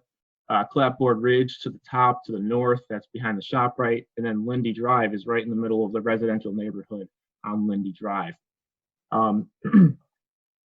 So we're aware that the water mains are in they're aged and they've got some flow restrictions. There's a contract out for design for cleaning and lining the existing distribution system because there's tuberculation built up of minerals inside the pipes that are reducing the capacity. What we'd like to do is flow tests in the system. We'd like to isolate, take one of the tanks out of service temporarily, put flow meters on hydrants and see what kind of flows we get at the tank. So if we isolate the Lindy Drive tank, then we put a flow meter on a hydrant near Lindy Drive, and we want to see if the other two tanks can provide the flow and the capacity necessary while Lindy Drive is out of service. If the pressure drops, if there's not flow coming out, we'll be able to tell the operator, all right, open the valve, let's turn it back on. So there won't be a significant impact to the users during these tests. We want to take that information, we want to put it into a GIS system and put it into a water system model. So that way we can replicate what the system sees. We'd be able to calibrate it with the in-field tests. And then we see three possible outcomes that would come from these tests. First, which would be the most advantageous, is that we run these tests and we determine the system can handle it as is with a tank out of service. So you've got double storage potentially. So what you do is you would construct the new Everett Road tanks. So you have two Everett Road tanks for 300,000 gallons each. That's 600,000 plus Clapboard Ridge, for example. You take Lindy Road out of service, you rehab that one, put that one back in service, then you do Clapboard Ridge, and then you're off and running. If the test determines that the distribution system can handle that, then there's no need for the additional temporary water storage, which we estimate cost could be up to $375,000. So that's where you get the payback for a little extra capital cost in the Everett Road tank, because you're trading that off potentially for the nearly $400,000 of temporary water storage just to do the rehabbing of the two tanks. The second outcome would be the model shows that we can't take the tanks out of service with the water mains in their current condition. However, we know that a lot of the main lines here, especially along Stoneleigh Avenue and Seminary Hill Road, which runs with Lindy Drive and along Glen Avenue, are scheduled to be relined in the next year or so. We don't have the schedule isn't finalized yet.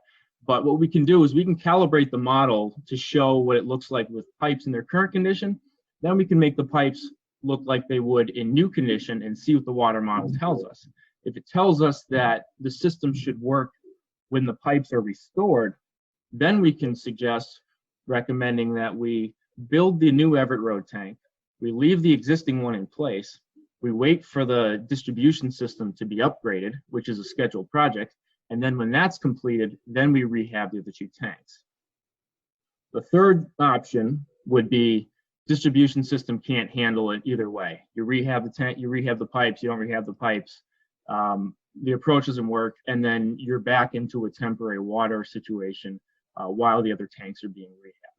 So that's where we are with Carmel District 2.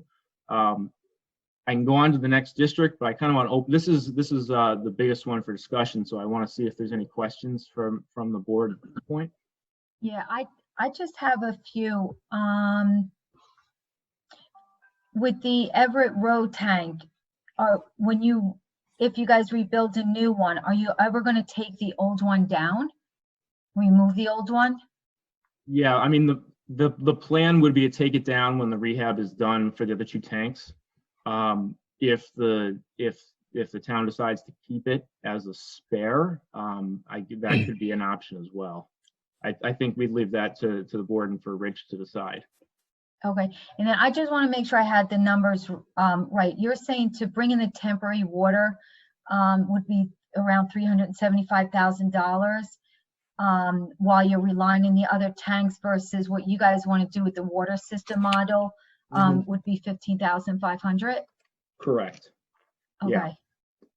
And then this water model also, we'll turn over everything that we have to the town. So that way you'll have the water model for, if somebody wants to build a subdivision, you can see how the system would react. It's something that you could use in the future as well. So, So just another question, like if we spend the 15,500 and unfortunately we see number 3, the distribution system cannot support a tank out of service, are the residents still have to pay the 15,500 and then go pay the 375? Yeah, that's how it would. I mean, we have to run the study, so we and then if it determines that we can't do it, then we still need to provide temporary water for when the tanks are out of service. But the numbers you're representing as part of the bonding, Joe, include all that, right? Right now, it includes the temporary water. Correct. Right. Yes. So the numbers that you see there include the worst case scenario of everything, if I'm not mistaken. So we are assuming in every case temporary water is needed. If we can get away without having temporary water, we'll not have to spend up to the bond amount that's out there. Okay, thank you. I think that's all I have for right now. And Right. I Joe just and Jeff, wanted to is that sort of correct? drive the point home that, the water model is something that the town will continue to own. And a model has a lot of value in managing a water system going forward. It begins to help you understand which pipes should be the next ones to be cleaned out and relined. It becomes a valuable tool. So even if the results don't point to being able to save doing temporary water, it's a valuable tool that the town is going to continue to get benefit from. We see that for a relatively modest cost of a model, the potential upside of saving hundreds of thousands of dollars on temporary water during this construction is really a worthwhile endeavor, because temporary water, once the contract is over and the temporary tanks are gone, that's value that's left the district that you just can't ever get back. And we see that there's always a time for doing more engineering with a potential upside that's worth, as much as $300,000. It makes sense. Quick question. As far as the model, you would do the model now while the pipes are tuberculated, correct? Correct. So now when they're fixed and they're relined and whatnot, would you also do the model over again so we'd have a more accurate picture of how the model is after everything's fixed? Yeah, we could go out and retest to verify. What we would do is we would change I don't want to get too much into the weeds, but we can model it. What we would do is we would model it to try to represent the current condition of the pipes based on real-time results right now. Then what we'll do is we'll go with design standards for what a new line pipe would reflect, and we can change the characteristics of the pipe in the model to determine now if it would be able to support it. We can always then go back and recalibrate the model to confirm that it's, the level of accuracy. Okay, thank you. Some of the parameters in the model are quite easily manipulated. When we go out, and just also when the pipe relining project takes place, it's really a two-step process. The inside of the pipe is routed out, for lack of a better word. If you've got for instance, a 10-inch water main, the effective inside diameter, 50, 60, 70 years later might only be that of a 6-inch water main. And the difference in flow passage between a 6 and a 10-inch water main is well over a factor of 2. It's almost a factor of 3.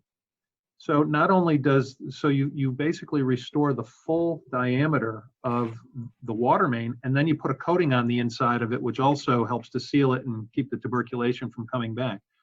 A new pipe, Joe didn't want to get into the weeds, but that's what he brought me along for. A new pipe has a C value in the Hazen and Williams speak of about 130 to 140. The pipes that you've got in the ground now probably have C values of about 50. And what we're able to do is back calculate and take each of the pipes that are to be renewed, boost their C values up to that of a new pipe, and then instantly we rerun the model and we can confirm that water now gets from point A to point B much easier than it did before. So getting the conditions as they are now is the hard part. Changing the conditions to reflect upgraded pipes after the work is done is really quite simple. Okay. All right, I have a question for either Jeff or Joe.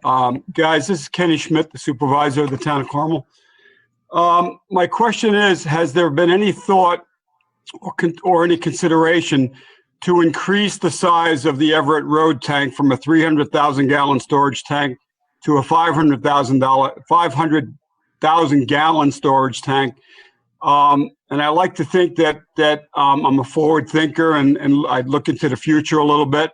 As Carmel is built out further and is more demand for water in the town of Carmel, would it make sense while we're building a new tank now to replace the Everett Road tank to put in a larger capacity storage tank on that location as opposed to the 300,000 gallon tank that's currently there?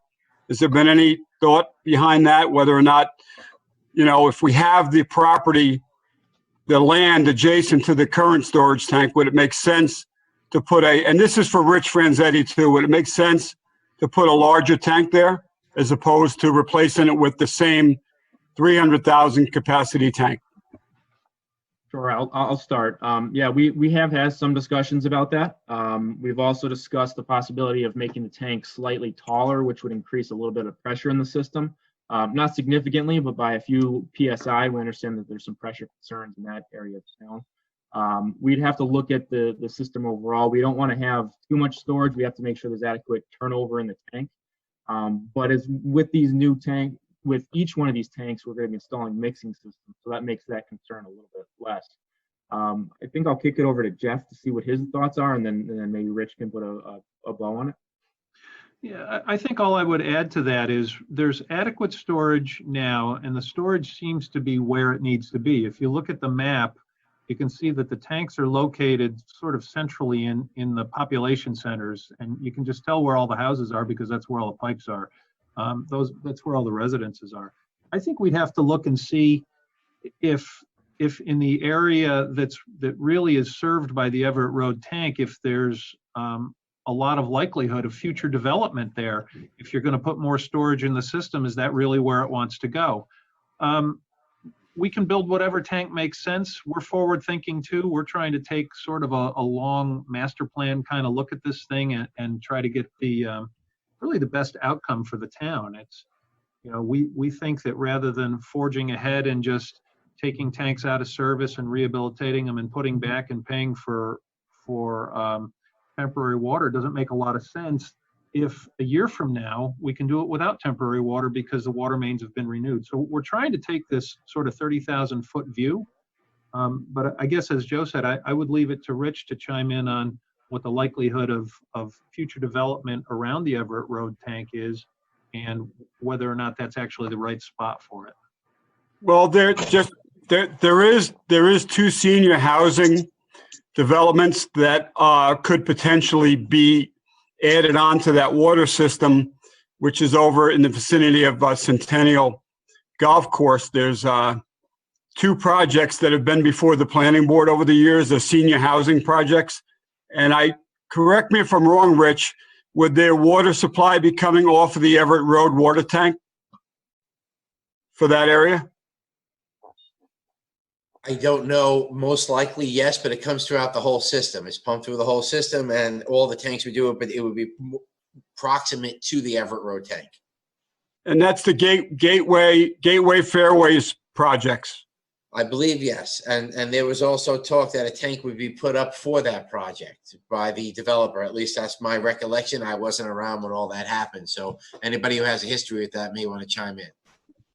Okay. Look, guys, I'm just putting it out there because 20 years from now or 15 years from now, I don't want it to be said, well, they should have put a bigger tank when they replaced the Everett Road tank. You know, they should have did it at that time, you know.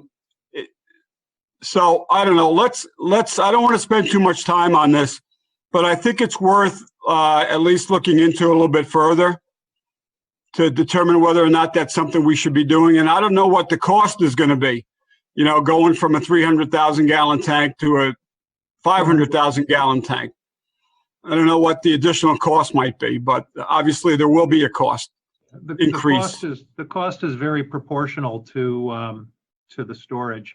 If you went from, you know, 300,000 to 400,000, it's going to be 33% more, roughly. You know, there might be some economies of scale in terms of some of the overheads and things like that. But when you look at the overall cost of the tank in place, it aligns rather nicely with the volume of storage by rule of thumb. So I think now's the time to talk about it. You know, if the town would be better served, there isn't any more effort on our part to put a 400,000 gallon tank there or a 500,000 gallon tank. But, you know, we need to have that information, and we'd be happy to take a look at it. To give you a ballpark cost, so the tank quote that we have, you're probably somewhere around $1.50 per gallon.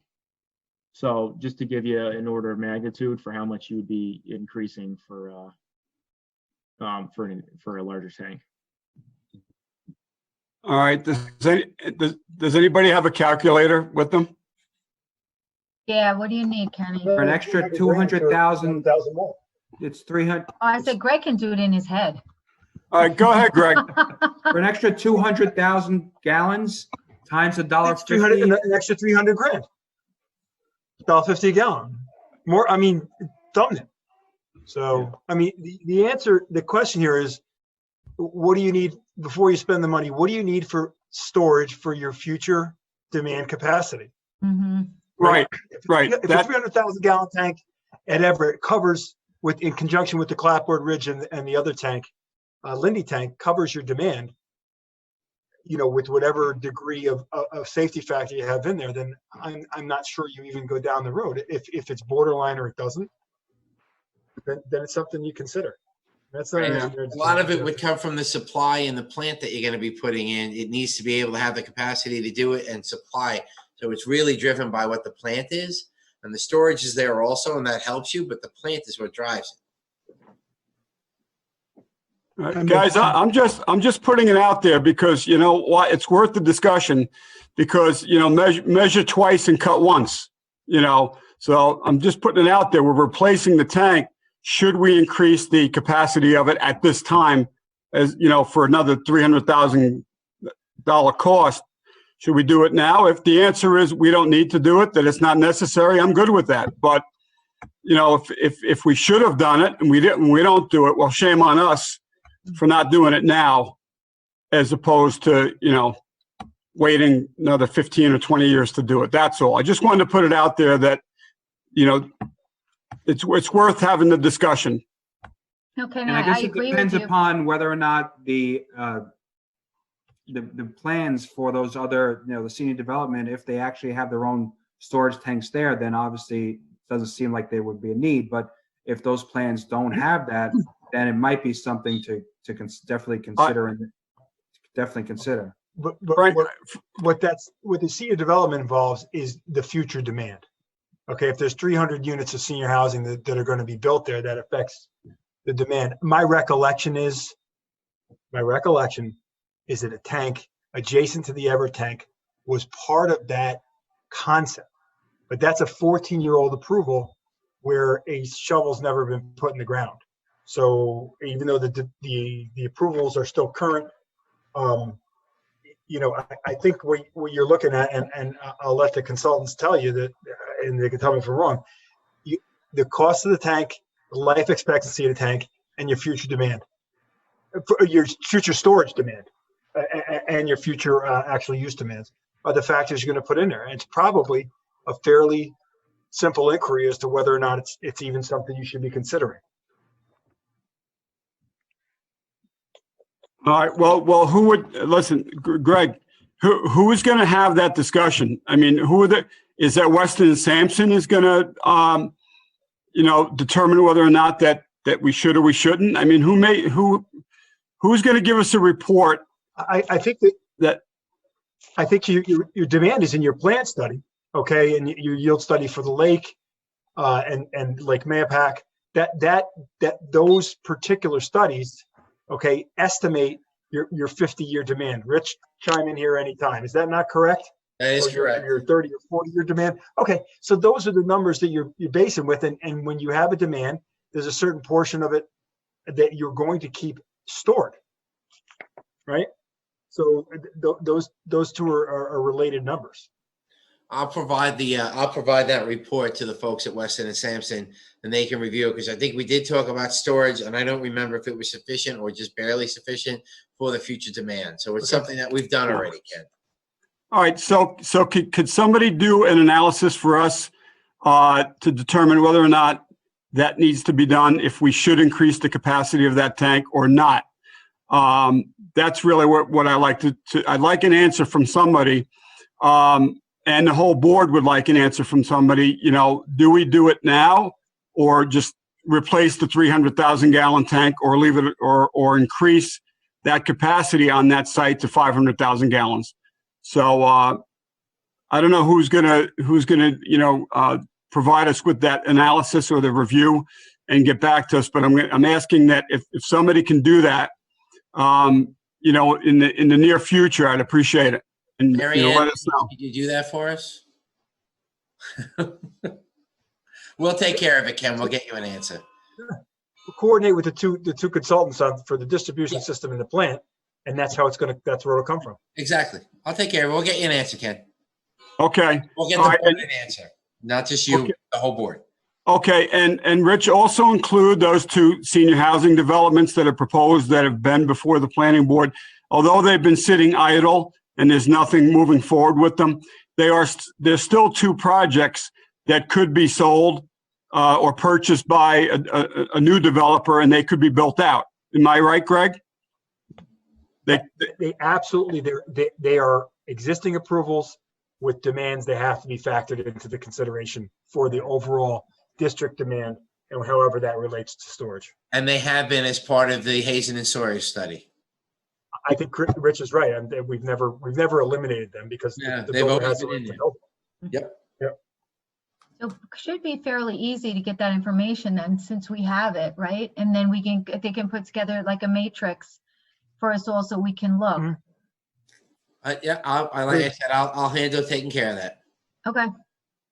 Well, All right. from our perspective, we wanted to present these options. It sounds like you guys are leaning towards building a new tank at Everett Road. We think it makes a lot of sense for a number of different reasons. For our purposes, we're just looking for the direction from the board to get authorization to do this additional study, do the geotechnical and the survey. If it takes a few weeks to determine if the tank should be at 300,000, 350,000 from these studies, that's not going to impact our work. We can certainly size, when the time comes up in the design, we'll need to know, a few weeks from now, but we can still run our models and our studies in the interim. That's not going to change anything. So Joe, what you kind of want from the board is if there's additional engineering. Correct. Yeah. Okay. Because to move forward with this approach, we'll need the additional engineering because we need to get information for geotechnical, for foundation design, and we need to do the system study to determine whether our design plans need to include temporary water or not. The size of the tank at this stage of the game is not as important. Quick question, how long will it take you to do the study? We could probably have the study done. Jeff, what do you think? Probably in about a month and a half, somewhere around there. Yeah, it's not going to take us that long. We've got to get the basic bones of the water system into a model, sort of a stick frame model, if you can imagine that. And each pipe has a length, it has a diameter, and it has a condition. It's very complicated what goes on behind the scenes there, but it's fairly simple to build that up. But then we have to do some field work, and we have to time the field work so that we're, taking things out of service and putting them back into service and flowing some hydrants and getting some data points And we're going to want to do that at a time when it's least obtrusive to the residents, probably in the middle of the day. In the old days, it would have been in the middle of the day when people are at work. Now there's probably not a good time to do that, but we'll try to do our best. It's not going to be terribly disruptive. And then we have to take that information and build it back into the model. And then there's a certain amount of tuning that goes on to get the model to where it is actually reflecting the conditions that we measured in the field. From that point, the model becomes a tool that gets used by the town. And 2 years from now, when you're looking at what the next pipes are that should be relined or replaced, you can begin to play with the model again and find out which gets the biggest bang for your buck. So that was more of an answer, I think, than you were looking for. Okay, oh, good, thank you.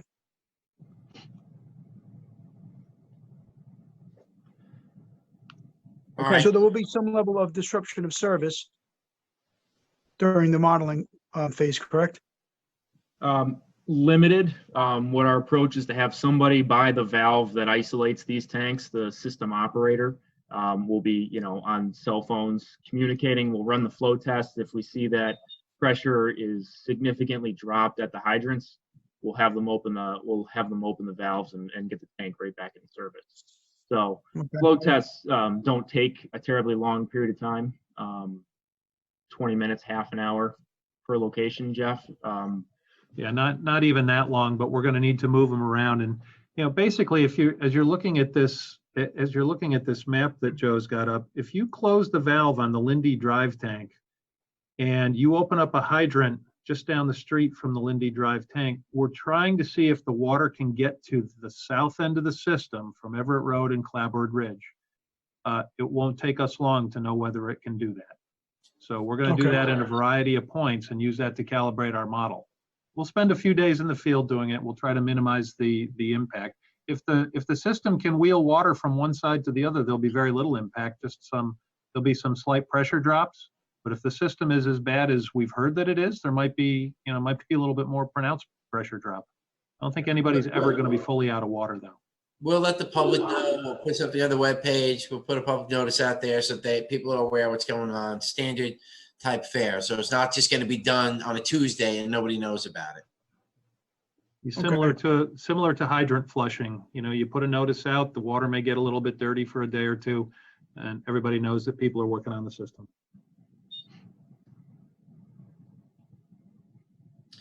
So if we're okay with Carmel Water 2, can we move on to Carmel Water 3? Is everybody okay with 2 so far? Yeah, thank you. Yes. Yeah. Okay. Great. That was the longest one. I promise. The good news is they get easy from here. They do. They do. Carmel District 3 is Lake Secor. There's one 227,000 gallon glass line tank. So what you're seeing there, it's got glass lining, as I mentioned, on the outside and on the inside of each panel, and each panel is bolted together, and then it has a mastic seal that seals each panel. So what you're seeing is actually the coloring of the interior steel, but it's glass that's fused to it, so they don't require painting. This one needs to be taken out of service for just manufacturer's recommended O&M. They reseal all the joints. It's only going to be taken out of service for about 2 weeks, and that most of that is cure time for putting the new sealant on the joints. Recommendations are just typical water restrictions.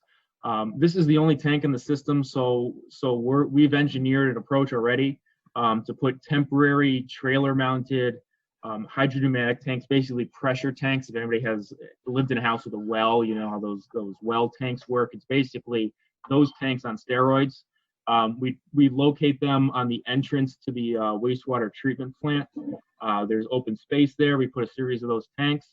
While this one's out of service, it would maintain pressure and provide water for the peak demands in the system.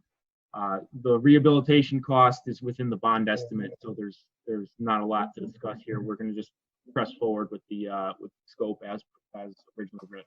Just before we go forward, I know I kicked us out of Water District 2 quickly there after a discussion, and Mary Ann is aware of this, but there would be an increased bonding cost needed for Carmel Water District 2, and as Joe just touched upon, there would not be one for Carmel Water District 3. So Carmel Water District 2, the way we've estimated it, and Mary Ann, tell me if I'm wrong, it would be an increased bonding of about $1 million. That's correct, but I don't know if we want to wait on that until we determine whether we want to go with the 300, 400, or $500,000. You know, I mean, I don't want to contact Douglas, bond counsel and ask for an increase in bonding until we're 100% sure what we're going to do.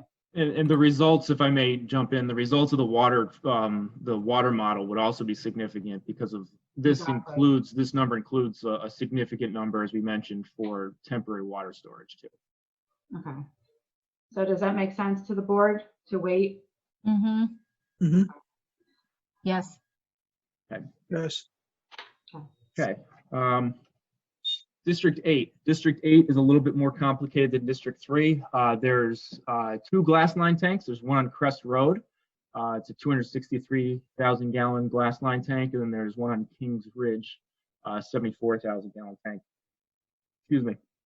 The proposed approach is to take one tank out of service at a time. The way that this system works is from the water plant, it pumps up to the Crest Road tank. Then the building that you see in the lower left of the Crest Road tank is a pump station. That draws from the system and from the Crest Road tank and pumps up to the Kings Ridge tank. We've engineered a solution where we can put in some modifications to that pump station with variable frequency drives to modify the way the pumps operate. Those will be permanent installations. This gives the operators more flexibility in the system.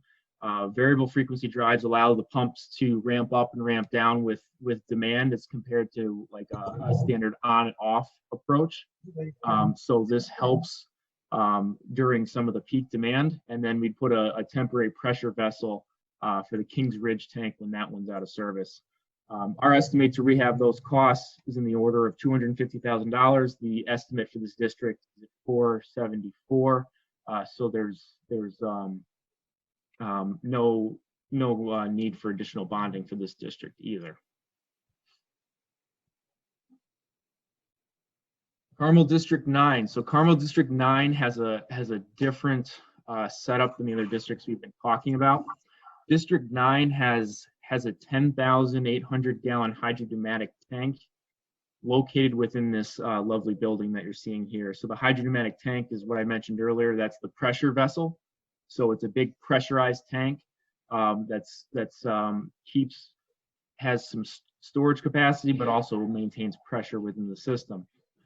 There's a very limited scope for rehab for this tank, as written in the original contract. It's rehab of the concrete cradles that support this tank inside the building, cleaning the exterior of the tank. The tank doesn't need to be taken out of service.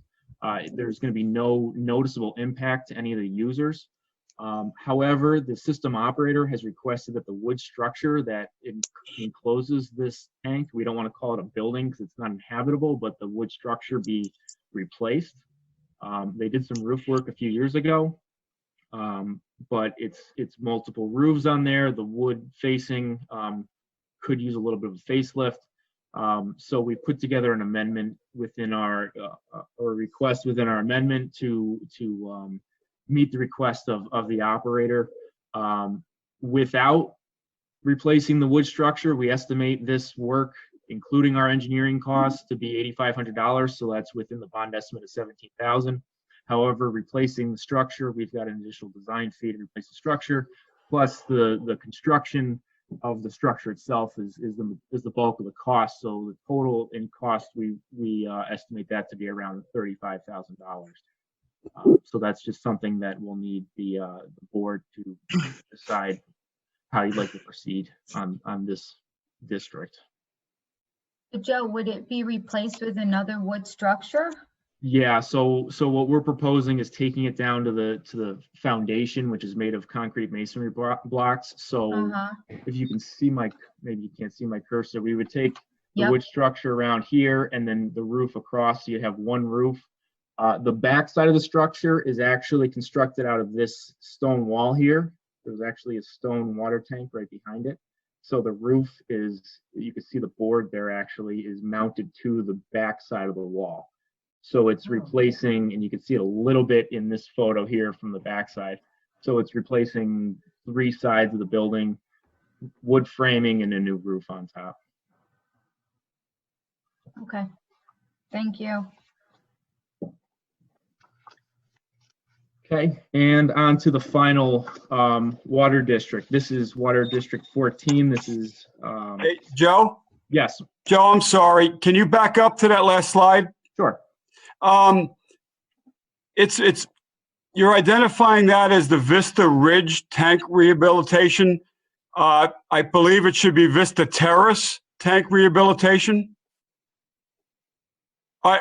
Where's Vista? Marianne, would you know if that's Vista Ridge? I don't see where it says Vista Ridge. It says Mayapack Hills. No, if you look down under alternative. It's Vista Terrace, Kenny. We'll make that correction. It's not Vista Ridge. I didn't pick that up in my review. Oh, is it within the memo? Yeah. Okay. Okay, yeah, we can get that updated. That's a typo. That's why I've got the draft watermark. I can get that revision for you. Sorry for the confusion.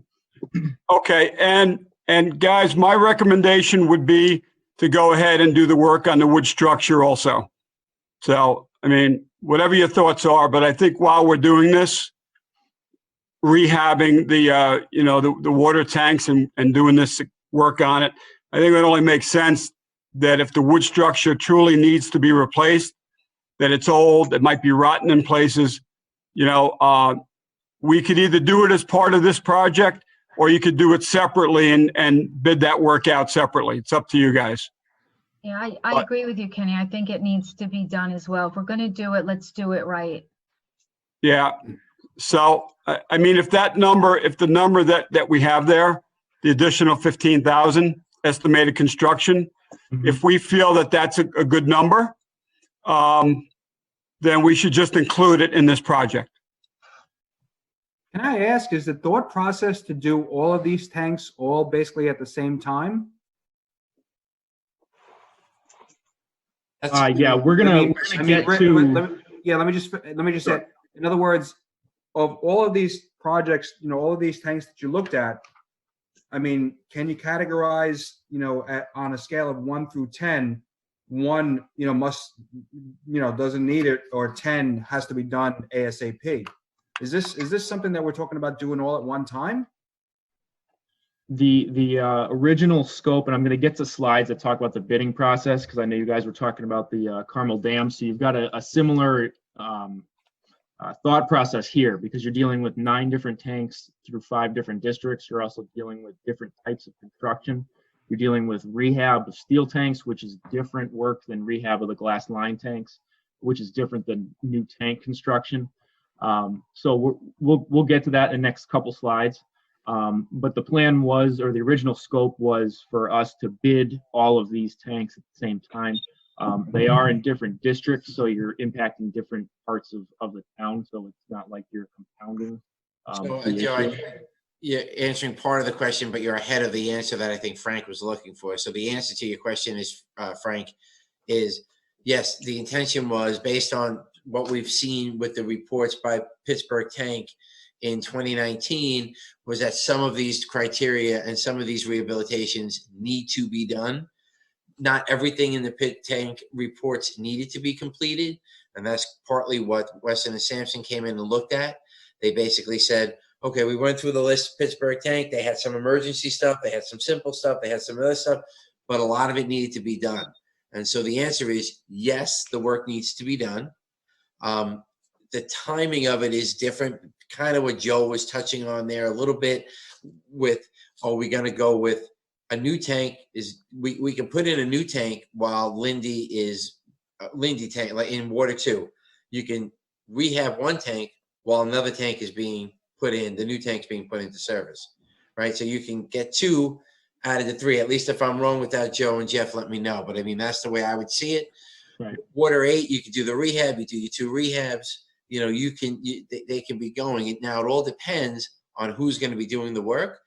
Is it going to be linear? Is it not going to be linear? Do you have one company that does it? That's the question Joe was trying to get to at that. And that's something we need to discuss, that the board needs, to understand. The original approach was a single contract, but now that we're going into 2 different, a single contract, and then the money gets distributed to the various, water districts based on what comes out. You might get a cost savings with that, similar to what we did with the dams. But, you know, each district is going to go, well, why? I want my own bid. I want my own bid. I want my own bid. Do we want to go down that route? And then that's a different, you know, whole can of worms that needs to be opened with it. No, I mean, and the reason I'm asking that is just number one, for that particular reason, everybody's going to want, you know, theirs to be as cheap as they can, rightly so, of course. But, you know, at the same time, are we basically considering a town-wide tax increase for all these tanks all at one time? It would not be townwide. And if you tell me, well, no, but in actuality, townwide meaning each of these districts covering, you know, these 5, 6 districts, whatever they are, it's a big portion of the town. So, you know, I guess it just depends on a scale of 1 to 10, what must be done ASAP and what, you know, can hold off on, because you know, people are paying for these, right? And it's going to be probably over 10 years. And, you know, it's a big piece of change that we're talking about. But again, I'm maybe jumping the gun here on that, but I'm just, you know, wasn't sure if we're basically talking about doing this all at one time. The answer is yes, we're doing it all at one time. We don't want to end up with the districts that have relatively decent tanks, you know, going into a state of disarray where they don't get looked at and ignored. Tanks need to be inspected and upgraded on a regular basis. And this would be the start of our regular basis of doing it. It's in every, you know, they need to be inspected. I think, Jeff or Joe, it's every 5 or 10 years. I forget what it is. I think it's every 5. We do it every 5 years. And you make your improvements as necessary to make the tanks meet code. Right now, some of our tanks, while they function and they're doing what they have to do, they need to be brought up to current standards and to meet code. So the work that's being proposed is all work that needs to be done per standards, per code. Okay, and that's just what I was asking. I wasn't leaning one way or the other. I'm just trying to understand, you know, if this is all work that needs to be. Go ahead, Greg. So what you would consider doing, okay, in terms of trying to get some kind of scale out of it economically, is likely bidding it all at once with providing the ability to choose a la carte the lowest bidder in each particular district. Okay, you follow what I'm saying? Yeah. All the districts at once, but you write the specs so you can pick the low bidder for each district. And that's really. And the bonding, Mary Ann's still with us because I can only see 5 or 6 with the presentation, but the useful life of these things is, most of the ones we're looking at are 40 or 50 years old minimum. So we would probably consider maxing out the useful life for the purposes of the borrowing to lessen the impact to the ratepayers within the respective districts. Okay. With respect to the timing, there is one variable that nobody mentioned, and if the results of our hydraulic study show that it's going to be much more favorable to wait perhaps another construction season to take advantage of improved hydraulics after the water main relining project, naturally we would push those projects off into another construction year. Doesn't mean we can't bid them as part of a package, but we would specify that they're to be done at a certain, you know, perhaps in another construction year, because it would just simply be so beneficial to the town to not have to provide temporary water. We won't know that, but that's another variable that's going to be out there. So that's quite likely that all of this work could be spread over, you know, some of it could spread into a second construction season, but we don't know that yet. And the way that this works out for Carmel District 2 is that the tank that's in most need, you know, on a 1 to 10 scale would be the Everett Road tank. And you know, that would be the first one that we would want to construct, just because of all the reasons we've talked about, temporary water and all those types of things anyway. So it happens to work out in our favor that way.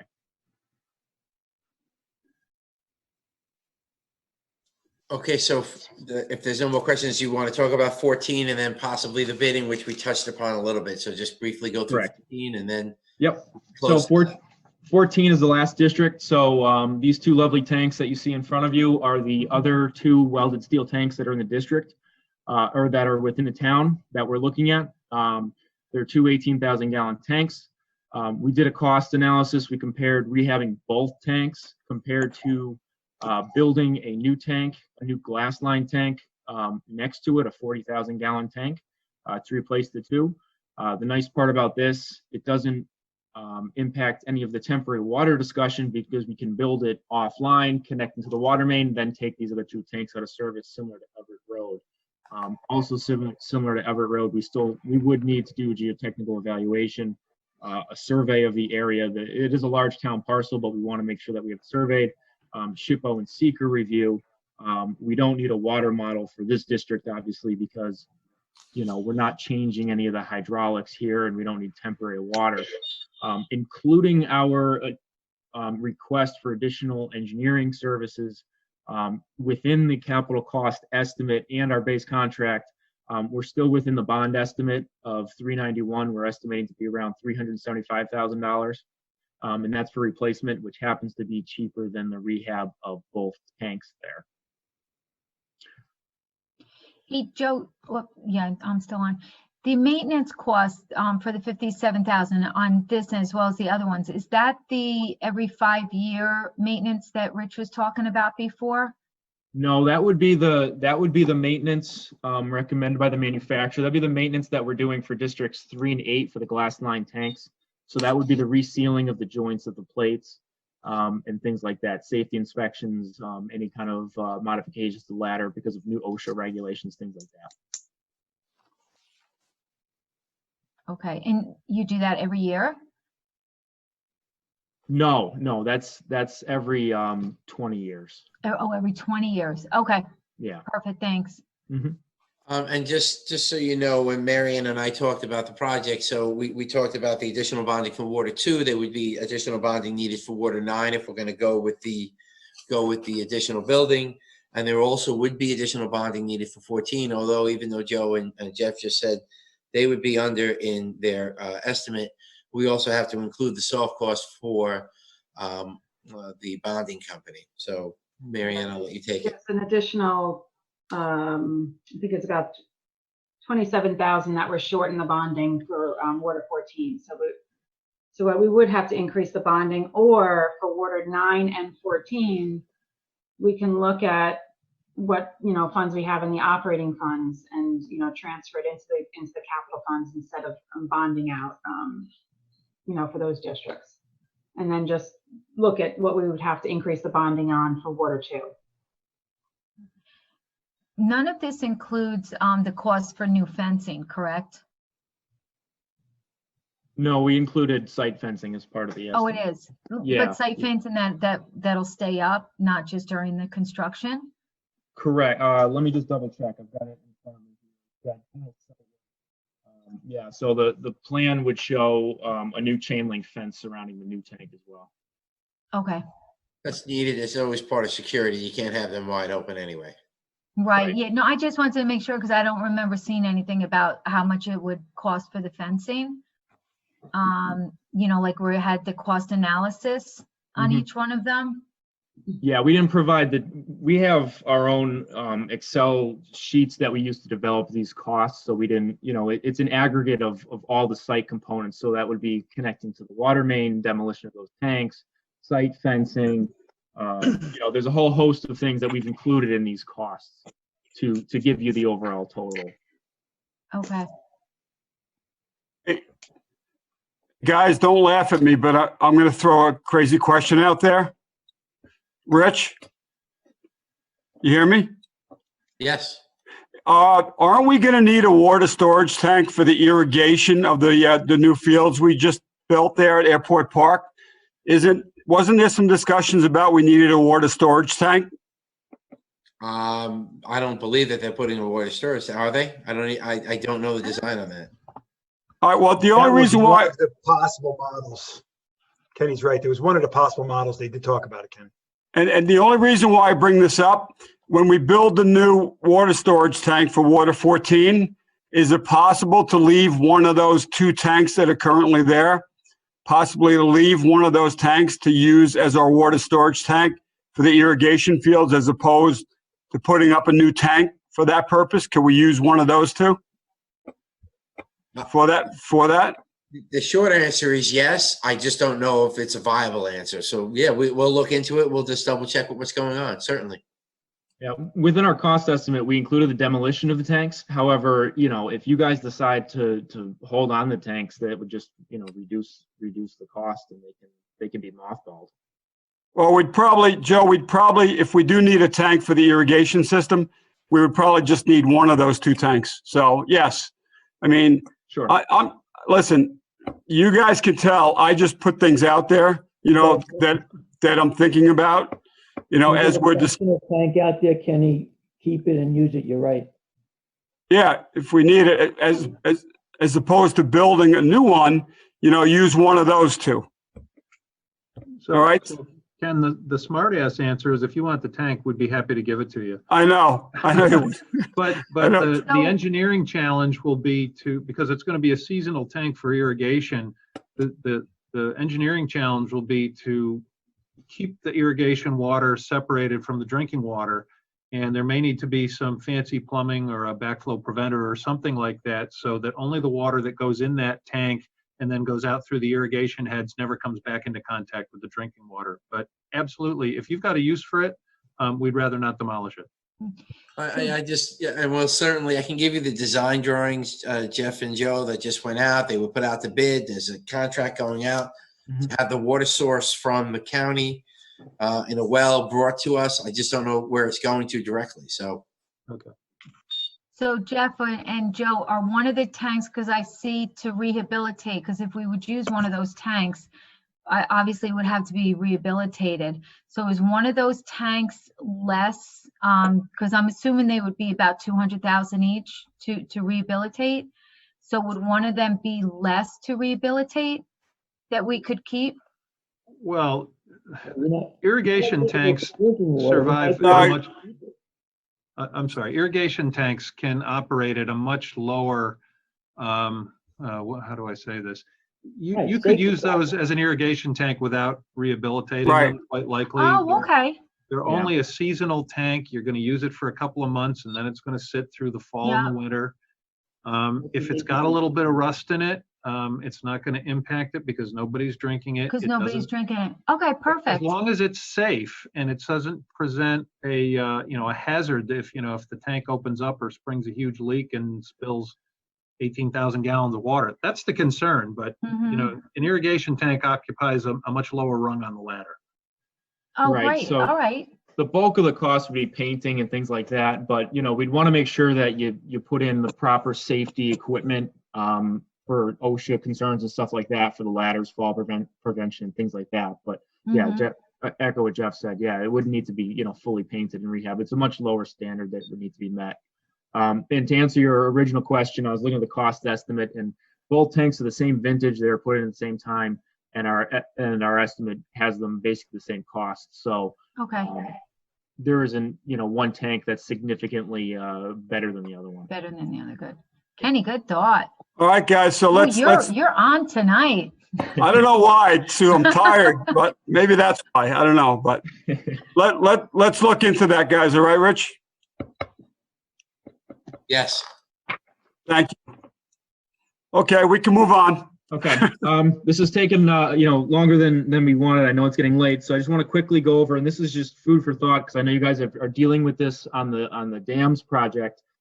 Just discussion for bidding approaches. This doesn't need to be decided right now, but we just want to get it in your head as we, really we want to walk away from this meeting with a path moving forward for how we're going to design it, and then we can worry about bidding it.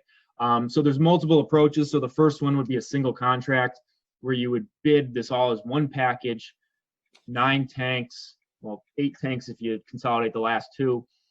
With one contractor, you've got the advantages, you've got uniformity of equipment and materials, so you're not getting multiple contractors submitting multiple, manufacturers, brands, materials, things like that. Lowest construction administration cost, that's what our scope was based on, administering one contract. Makes the bidding simpler than an a la carte menu. And then there's reduced liability for delays and claims. That primarily is concerned with District 2. So if you were to say that Everett Road tank needs to be constructed first, which it does, if we don't need temporary water, then the other 2 tanks would be rehabbed after that. You have multiple contractors and you don't put in if you don't give enough time between the contracts and say there's a delay in the first tank, you open yourself up for some liability for the other contractors to say that they were delayed in starting their construction and file delay claims. That's if you wanted to have all the tanks rehabbed at the same time, or within the same construction season, in a consolidated schedule. You can do 2 contracts. You can do one for the tank rehab work and then one for the new tank construction.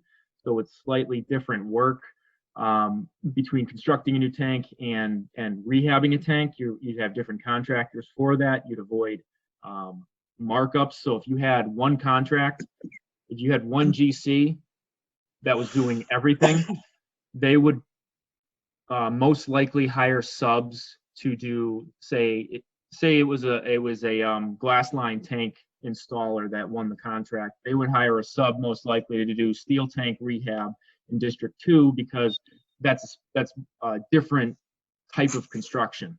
And then you would have markups on their subs and so on and so forth, which would increase some costs potentially.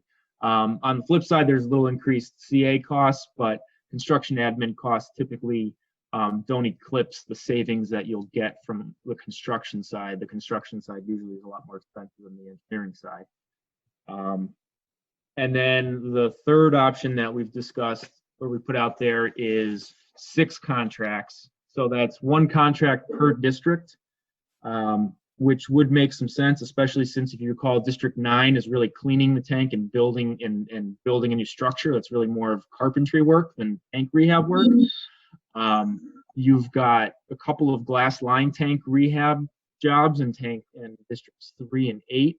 You've got new tank construction potentially for District 14 and District 2. The reason we say, since there's 5 districts, the reason we say 6 contracts would be District 2. You'd probably want to bid out the new tank construction for Everett Road separate from the rehabilitation of the other 2 tanks, because construction of a glass line tank is different work, as I mentioned previously, than rehab of steel tanks. Unless you wanted to be very proactive and decide to make all 3 tanks glass line tanks. That would be an increased capital cost. Doing that would obviously result in increased construction administration that we talked about, that you guys talked about, I heard on the dam project, because now we're administering 6 contracts. So you've got 6 sets of pay recs, you've got inspection that's going on potentially, simultaneously. You've got 6 different sets of shop drawings coming in from the contractors, so on and so forth. You could potentially have slightly increased mobilization costs by doing this. The reason being is the contractor is going to have to include in their mobilization costs the cost of bonding and insurance for them. So if they were to get 1 contract over all the districts, they can distribute that cost. If they only win 1 tank, then the cost for their bonding and their insurance has to get rolled into that tank. But you will have an a la carte type of option there, and you could get some good pricing. So just some thoughts for consideration there. With that concludes our presentation and our update on the status of this project. So we appreciate your time, and if you guys have any questions, again, feel free to ask them now. Covered everything. So unless obviously if there's questions, obviously they could be asked not only now, but tomorrow when you have some time to maybe sleep on this and then look at whatever. Next week at the work session, I'll prepare a memo for the board to talk about some of the changes that were talked about here with regards to Weston and Sampson's proposed changes with regards to the geotechnical work and all the water study and water 2, and those particular amendments that are out there. So that'll be put forth next week.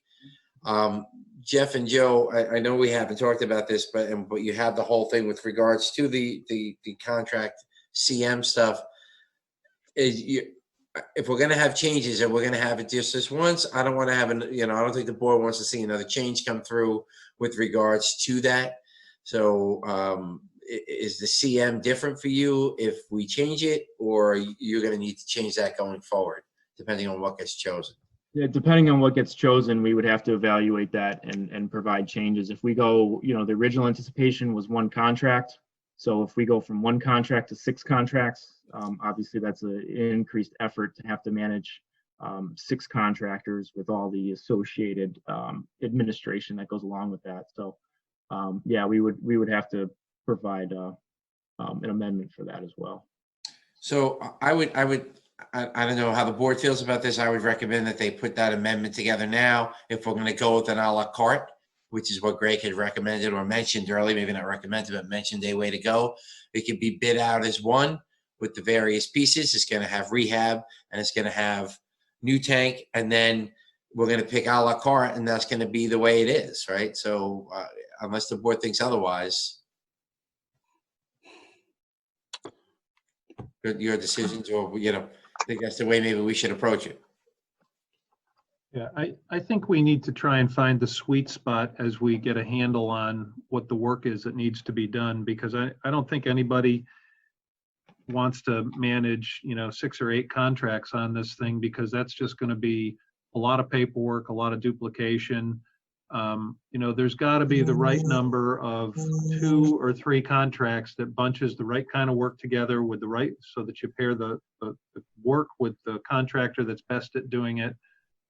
Joe and I have spent a lot of time talking about this, the glass line tank work, whether it's the rehabilitation stuff and or the new tanks, that could go to a specific style of contractor. The painting and rehabilitation work, that's a painting contractor. That's different from some of the other things. Mhm. So we want to pair the projects with the right contractors, or else you're just paying markups to subs. So I think we're going to continue to talk about that, but we'll try to pull something together, as Rich has suggested, so that we don't come back to the well again. Jeff, I completely agree with your thought process on that. I think that's probably the way that we should go, the way you're suggesting. Yeah, it's been the subject of a lot of debate between Joe and I can tell you. Yeah. Okay. So if we did a contract for glass line tank construction and rehabilitation, because it's the same materials whether they're rehabbing it or constructing it, as one contract, so that would be for District 2. So there's that. Then there's the rehab of the steel tanks in District 2. So that'd be a second contract. And then the third contract would be the pressure tank in District 9 with the building. So we're talking about 3 contracts. Is that what we're? Yes. Is that the conclusion? Okay. Yes. Yeah, Yes. Three separate contracts, the way you just described it. I think that's the way to go. That feels like the sweet spot, just because glass line tank and maintenance is one contractor. Steel tank, sandblasting and repainting, that's a painting contractor all day. That's not a general contractor, it's a painting contractor. They're hard to find, and that's why we're seeing the cost of painting tanks that's gone up so much, just in the last 15 or 20 years. And then if there's miscellaneous stuff, that can go to a GC and they can sort that out, like Joe just described. So I'm a sweet spot kind of guy. I think we got to find the number that we think is going to work, that's going to get the best result for the town with the minimum amount of overlap, because if there's overlap, it just costs you money. So Jeff, would you also, how would you include that one that we were going to put the building up for like 15,000? Would that be also under you guys, or would that be subcontracted outside from the town? That might go to a local carpenter. That's not really there's not really tank work in there per se. It's a pressure tank that's getting cleaned and polished and a few other things.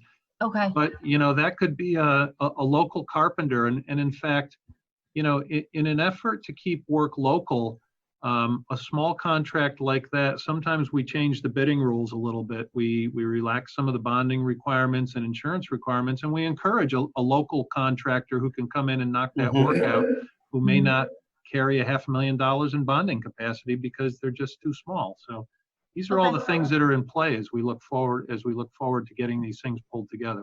It's always nice to have a little carve out for the local guys. And I think we should try to encourage that as much as we can. Yep. Sure. That's just what it nails. Informative. Thank you.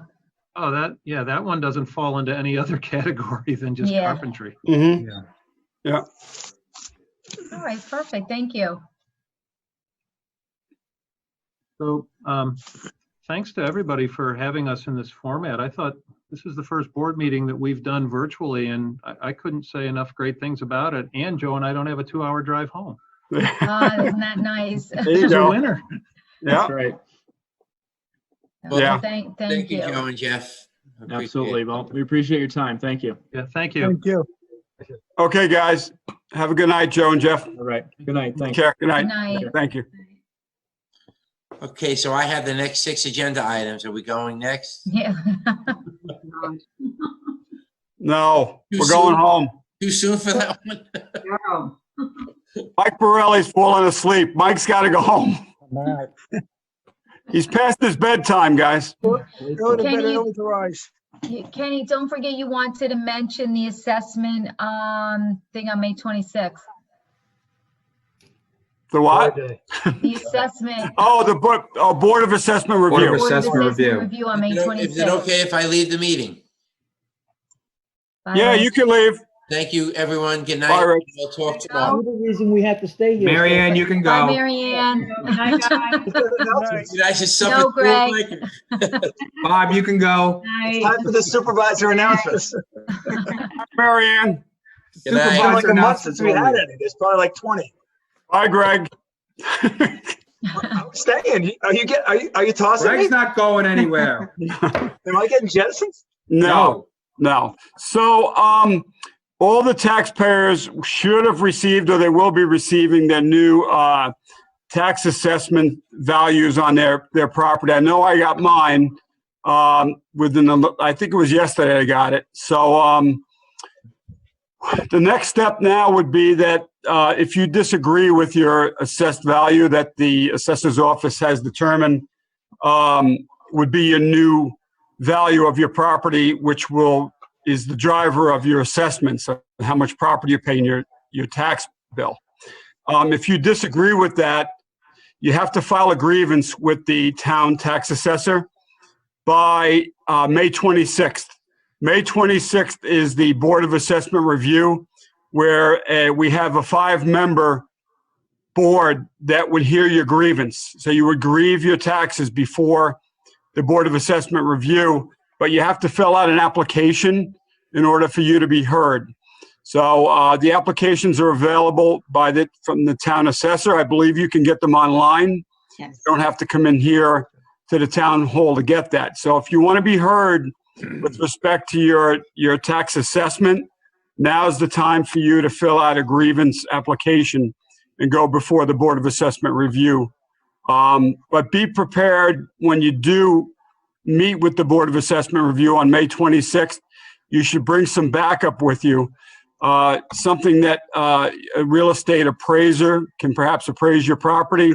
You can look at recent comps, recent sales in your neighborhood to support your belief that your taxes are too high.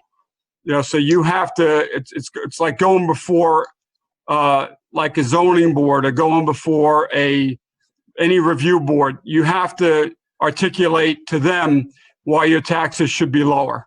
So you have to do your homework before the May 26th meeting. So once you get your 2020 assessments from the town assessor, take a look at them and begin the process of going before the board on May 26th, if that's what you choose to do. Does anybody want to add anything to that? Greg? Just that the hours are 6 to 10. Yes, thank you, Susie. Yep, And you're it's welcome. going to be done virtually this year, just like we're meeting with you now virtually through the Zoom platform. That's how the Board of Assessment Review is going to hear your grievances on your tax assessment this year. So the Board of Assessment Review committee, the folks that are on that review board, they're going to be home, but we're going to have a computer here. We're still working out the details, how we're going to do it. But if you don't have a computer, there'll be a computer here available for you at Town Hall on the evening of May 26th that you can use to go before the Board of Assessment Review. Again, we're still working out the details of how that's going to play out. But I'm pretty certain that it's going to be done virtually by the board members.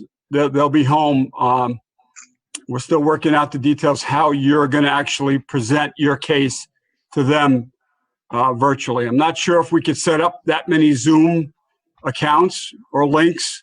It just depends on how many people are going to be grieving their taxes that night. So we'll have all that information for you at subsequent meetings. We'll get it out to you how that's going to be done. So I just wanted to mention that. And one other thing I want to mention while we're all here, and this is for the public's benefit also. Tonight, you weren't able to ask the board any questions or make any comments to the town board. This is our first meeting that we rolled out using the Zoom platform virtually. So I wanted to make sure that that went well, and I think it did for the most part. I had a little issue at the beginning of the meeting that pushed us back, but we resolved that, and I apologize for the late start of the meeting tonight, but that was my fault. I have a new laptop, and I just needed to figure out how to work it, I guess. But future town board meetings, you'll have the ability up until 6 p.m. of the town board meeting. You'll be able to email us questions, or if you want to make a comment. And you're going to help set that up, right? Yes. Or you did? Yes, Kenny, what it's going to do on the main page where you're able to log on to see the virtual meeting that night live, you will also be underneath that is going to be another link to an email to the entire board that any of the residents can ask questions on any of the agenda items. And you will have those and it'll go directly to the board. So there'll be a link right underneath that and it'll explain, here's the link to email the board. And they just click on it and they'll be able to send an email to the entire board. Okay. All right. Great. Thanks, Ann. So, we encourage the residents, or we want the residents to still be able to ask questions and make comments or express your concerns about agenda items. So that would be the avenue how you would do it. You would email us the question or comment before the meeting begins. I just need your name and what your question is, and then we will read that question off when we go live with the Zoom meeting. So that'll be heard, and you'll hear the town board members' response to your question that you may have, or if you want to make a comment on an agenda item, you can make a comment, but let's please keep those comments civil towards us. I mean, if it's a positive comment, I have no problem reading that off, but we're trying to limit the negativity that may be stated on these virtual meetings that we're going to be holding. So we appreciate your comments, your questions, your concerns, but just let's keep it clean for the purposes of what we're trying to do. Okay, and I apologize if I'm coming off too strong, but I just don't think this is the time that you should be making negative comments on agenda items to the town board. And we're just not going to read them off if there's too much negativity towards any board members or any agenda items. I think that's fair enough to say. So. Definitely. And then Kenny, just one more thing. May 16th, there's going to be a food drive from 9 to 12. Correct? That's still on? Yes, that's. Yes. Frank, do you want to, Susie, thank you. Yep. Frank, do you want to add to that, Frank? Yeah, actually, it's going to be on the 16th at the Geary parking lot across from the Mayapack Firehouse. It's going to be from 10 to 1 or 10 to 2. I'm not exactly sure the end time yet, but that's being worked on. We had two very, very successful ones. One on April 18th, which was at the skate park, at the skate parking lot in the rain, but it was very, very well. And I want to thank all the volunteers in both the Carmel and Mayapack Knights of Columbus, our brothers who helped us with that. We raised over $25,000 in checks, gift cards, cash, and groceries that went to both the St. John's and the Gilead Church and some other people that were in need. And then last weekend, we got a little bit of a suntan, Councilman Shannell and I, helping out with Brother Knights up in the Hamlet, And that one did just as well, if not better, and people were just unbelievable. So we're doing one other one in conjunction with Putnam County's Food Drive Week, which they are starting next on the 10th through the 16th. But we in the town of Carmel are going to do ours on the 16th at the parking lot across from the firehouse, and that's going to be along with one of our residents, Marianne Chaluzian, was already had decided to do one, but she's going to do it in conjunction with us, so this way it eliminates some traffic concerns on Route 6. Yeah, and So we'll Frank, have more detail, and we'll have more details about that on social media and also at next week's meeting. yeah, this is the one with United Way, correct? Well, what 'Cause happened I is just got an email from Faith, yeah, and she said that she's still moving ahead with the one that with United Way. I thought that's what. Well, we what could- happened is we- United Way partnered up with the county, and they wanted to do a food drive for each town's local food pantries for the benefit of each town. Right. After we had done ours on the 18th, then they said, oh, let's do one across the county for that full week. We had decided it's best, the way we had set it up for that one day, it's best to do it one day as opposed to having food being dropped off at town hall. Then it has to be sanitized and then dropped off at the No, churches. No, So, I know. so this is Yeah, not. I was it's- on that phone call, so I'm Yeah. just, I just want to make sure that we're talking about the same one on May 16th with United are. Way. We are. It's Yes, it's not okay. it's not United Ways. It's United Way partnered up with the county for advertising for each town's benefit. Right, for the town. So it's the Correct. town, it's United Way, it's the Yep, county, it's everyone exactly. giving back to the people to, yeah. Right. Right. Yep. But what we raise in the town of Carmel Is is going staying to in the go. town of Is going to Carmel. stay Yep. within the town of Carmel. Town of Yeah, Carmel. yeah, I just wanted to make sure that I Yeah, was, there's not a separate one. No. okay, perfect. Yeah. Yep, It'll be just that one. great, All right. thank you. And there's going to be, Susie, you know about this one also on May 30th. There's going to be a barbecue that's being organized right now for first responders and healthcare frontline healthcare workers. So that's going to be on May 30th. Lynn Mongan is actually coordinating that and organizing that event. And the Mahopac Fire Department is very generous to allow the use of their parking facilities that day. And I believe Lynn said that the Mahopac Fire Department is going to actually be participating in doing some of the barbecuing for that event. It's going to be a drive-through event. So first responders, police, fire, medical personnel, EMS, hospital workers, this barbecue is for them, to thank them for everything that they've been doing during the coronavirus pandemic.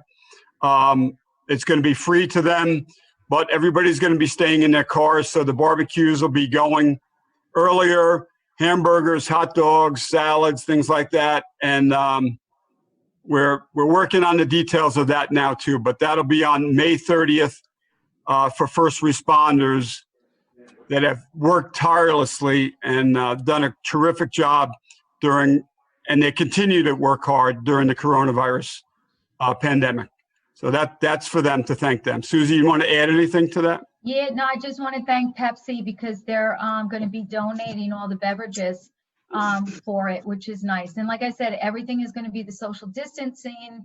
Everyone will either get a box or a bag. We just drive through, similar to Frank, what you guys did with the food drive. pantry. You know, you Yeah. drive through, we're going to hand you a box, a bag. But I believe Ace Endico has been unbelievable in this. Pepsi has been tremendous. So it's going to be really nice. The community is just awesome, just absolutely fabulous. And, you know, it's Well, hard to put it into words. Susie, I'm glad you mentioned PepsiCo and Ace Endico. Ace Endico is stepping up to the plate big time. They're going to be donating most of the food for this event. Excellent. Salads, hamburgers, hot dogs, buns, you name it. I think they're going to be donating all of that for this event. So, Yeah. Ann, did you have something? Now I was clapping. For It looks them. like a wave. Oh, I like that. That's cute. It looks like a wave. You're waving. No, I was clapping. All right, so anybody else have anything they want to announce or share? Nope. All right, it's 10 o'clock now, so I think we're probably all pretty tired and we're ready to go. So without further ado, we're gonna close the meeting, and our next meeting is, Greg, help me out. Is it the 13th? May 13th, we're going to have A a week voting from tonight. meeting and a work session together. Voting meeting with It's gonna tonight's- it's gonna be both Yes. voting meeting and work session. Work session, yes. Okay, 7 p.m. Need a Same. motion. What's that? Yes. 7 place? p.m. Yeah, 7 p.m. Same platform, Zoom platform, Yes, and we're gonna be virtual. Same thing. So Same All right. place, right? Same location? same. same location. Yeah. I'm not sure where I I'll be. get a new laptop next week. Yeah. Where's Waldo? Where's Kenny? Where's Kenny? Well, you know where I am right now. Well, now we know where you are. Now you know where I am. And just a reminder, Kenny, that the planning board is May 20th. Yes, And then the town board will have also another voting meeting and work session on May 27th. the 27th. Yes. Okay. Greg, did you have something? You got to make a motion to adjourn. I know. Come I on. make a No, motion to not that you adjourn. do it now. I thought you were just going to close the meeting. Yeah, No, good night, everyone. Be well, be safe. I need a motion to adjourn. a motion to adjourn. Motion by Councilwoman McDonough, seconded by everybody else. All those Good in night. favor? Aye. All right. Good night, everybody. Bye, guys. Stay safe.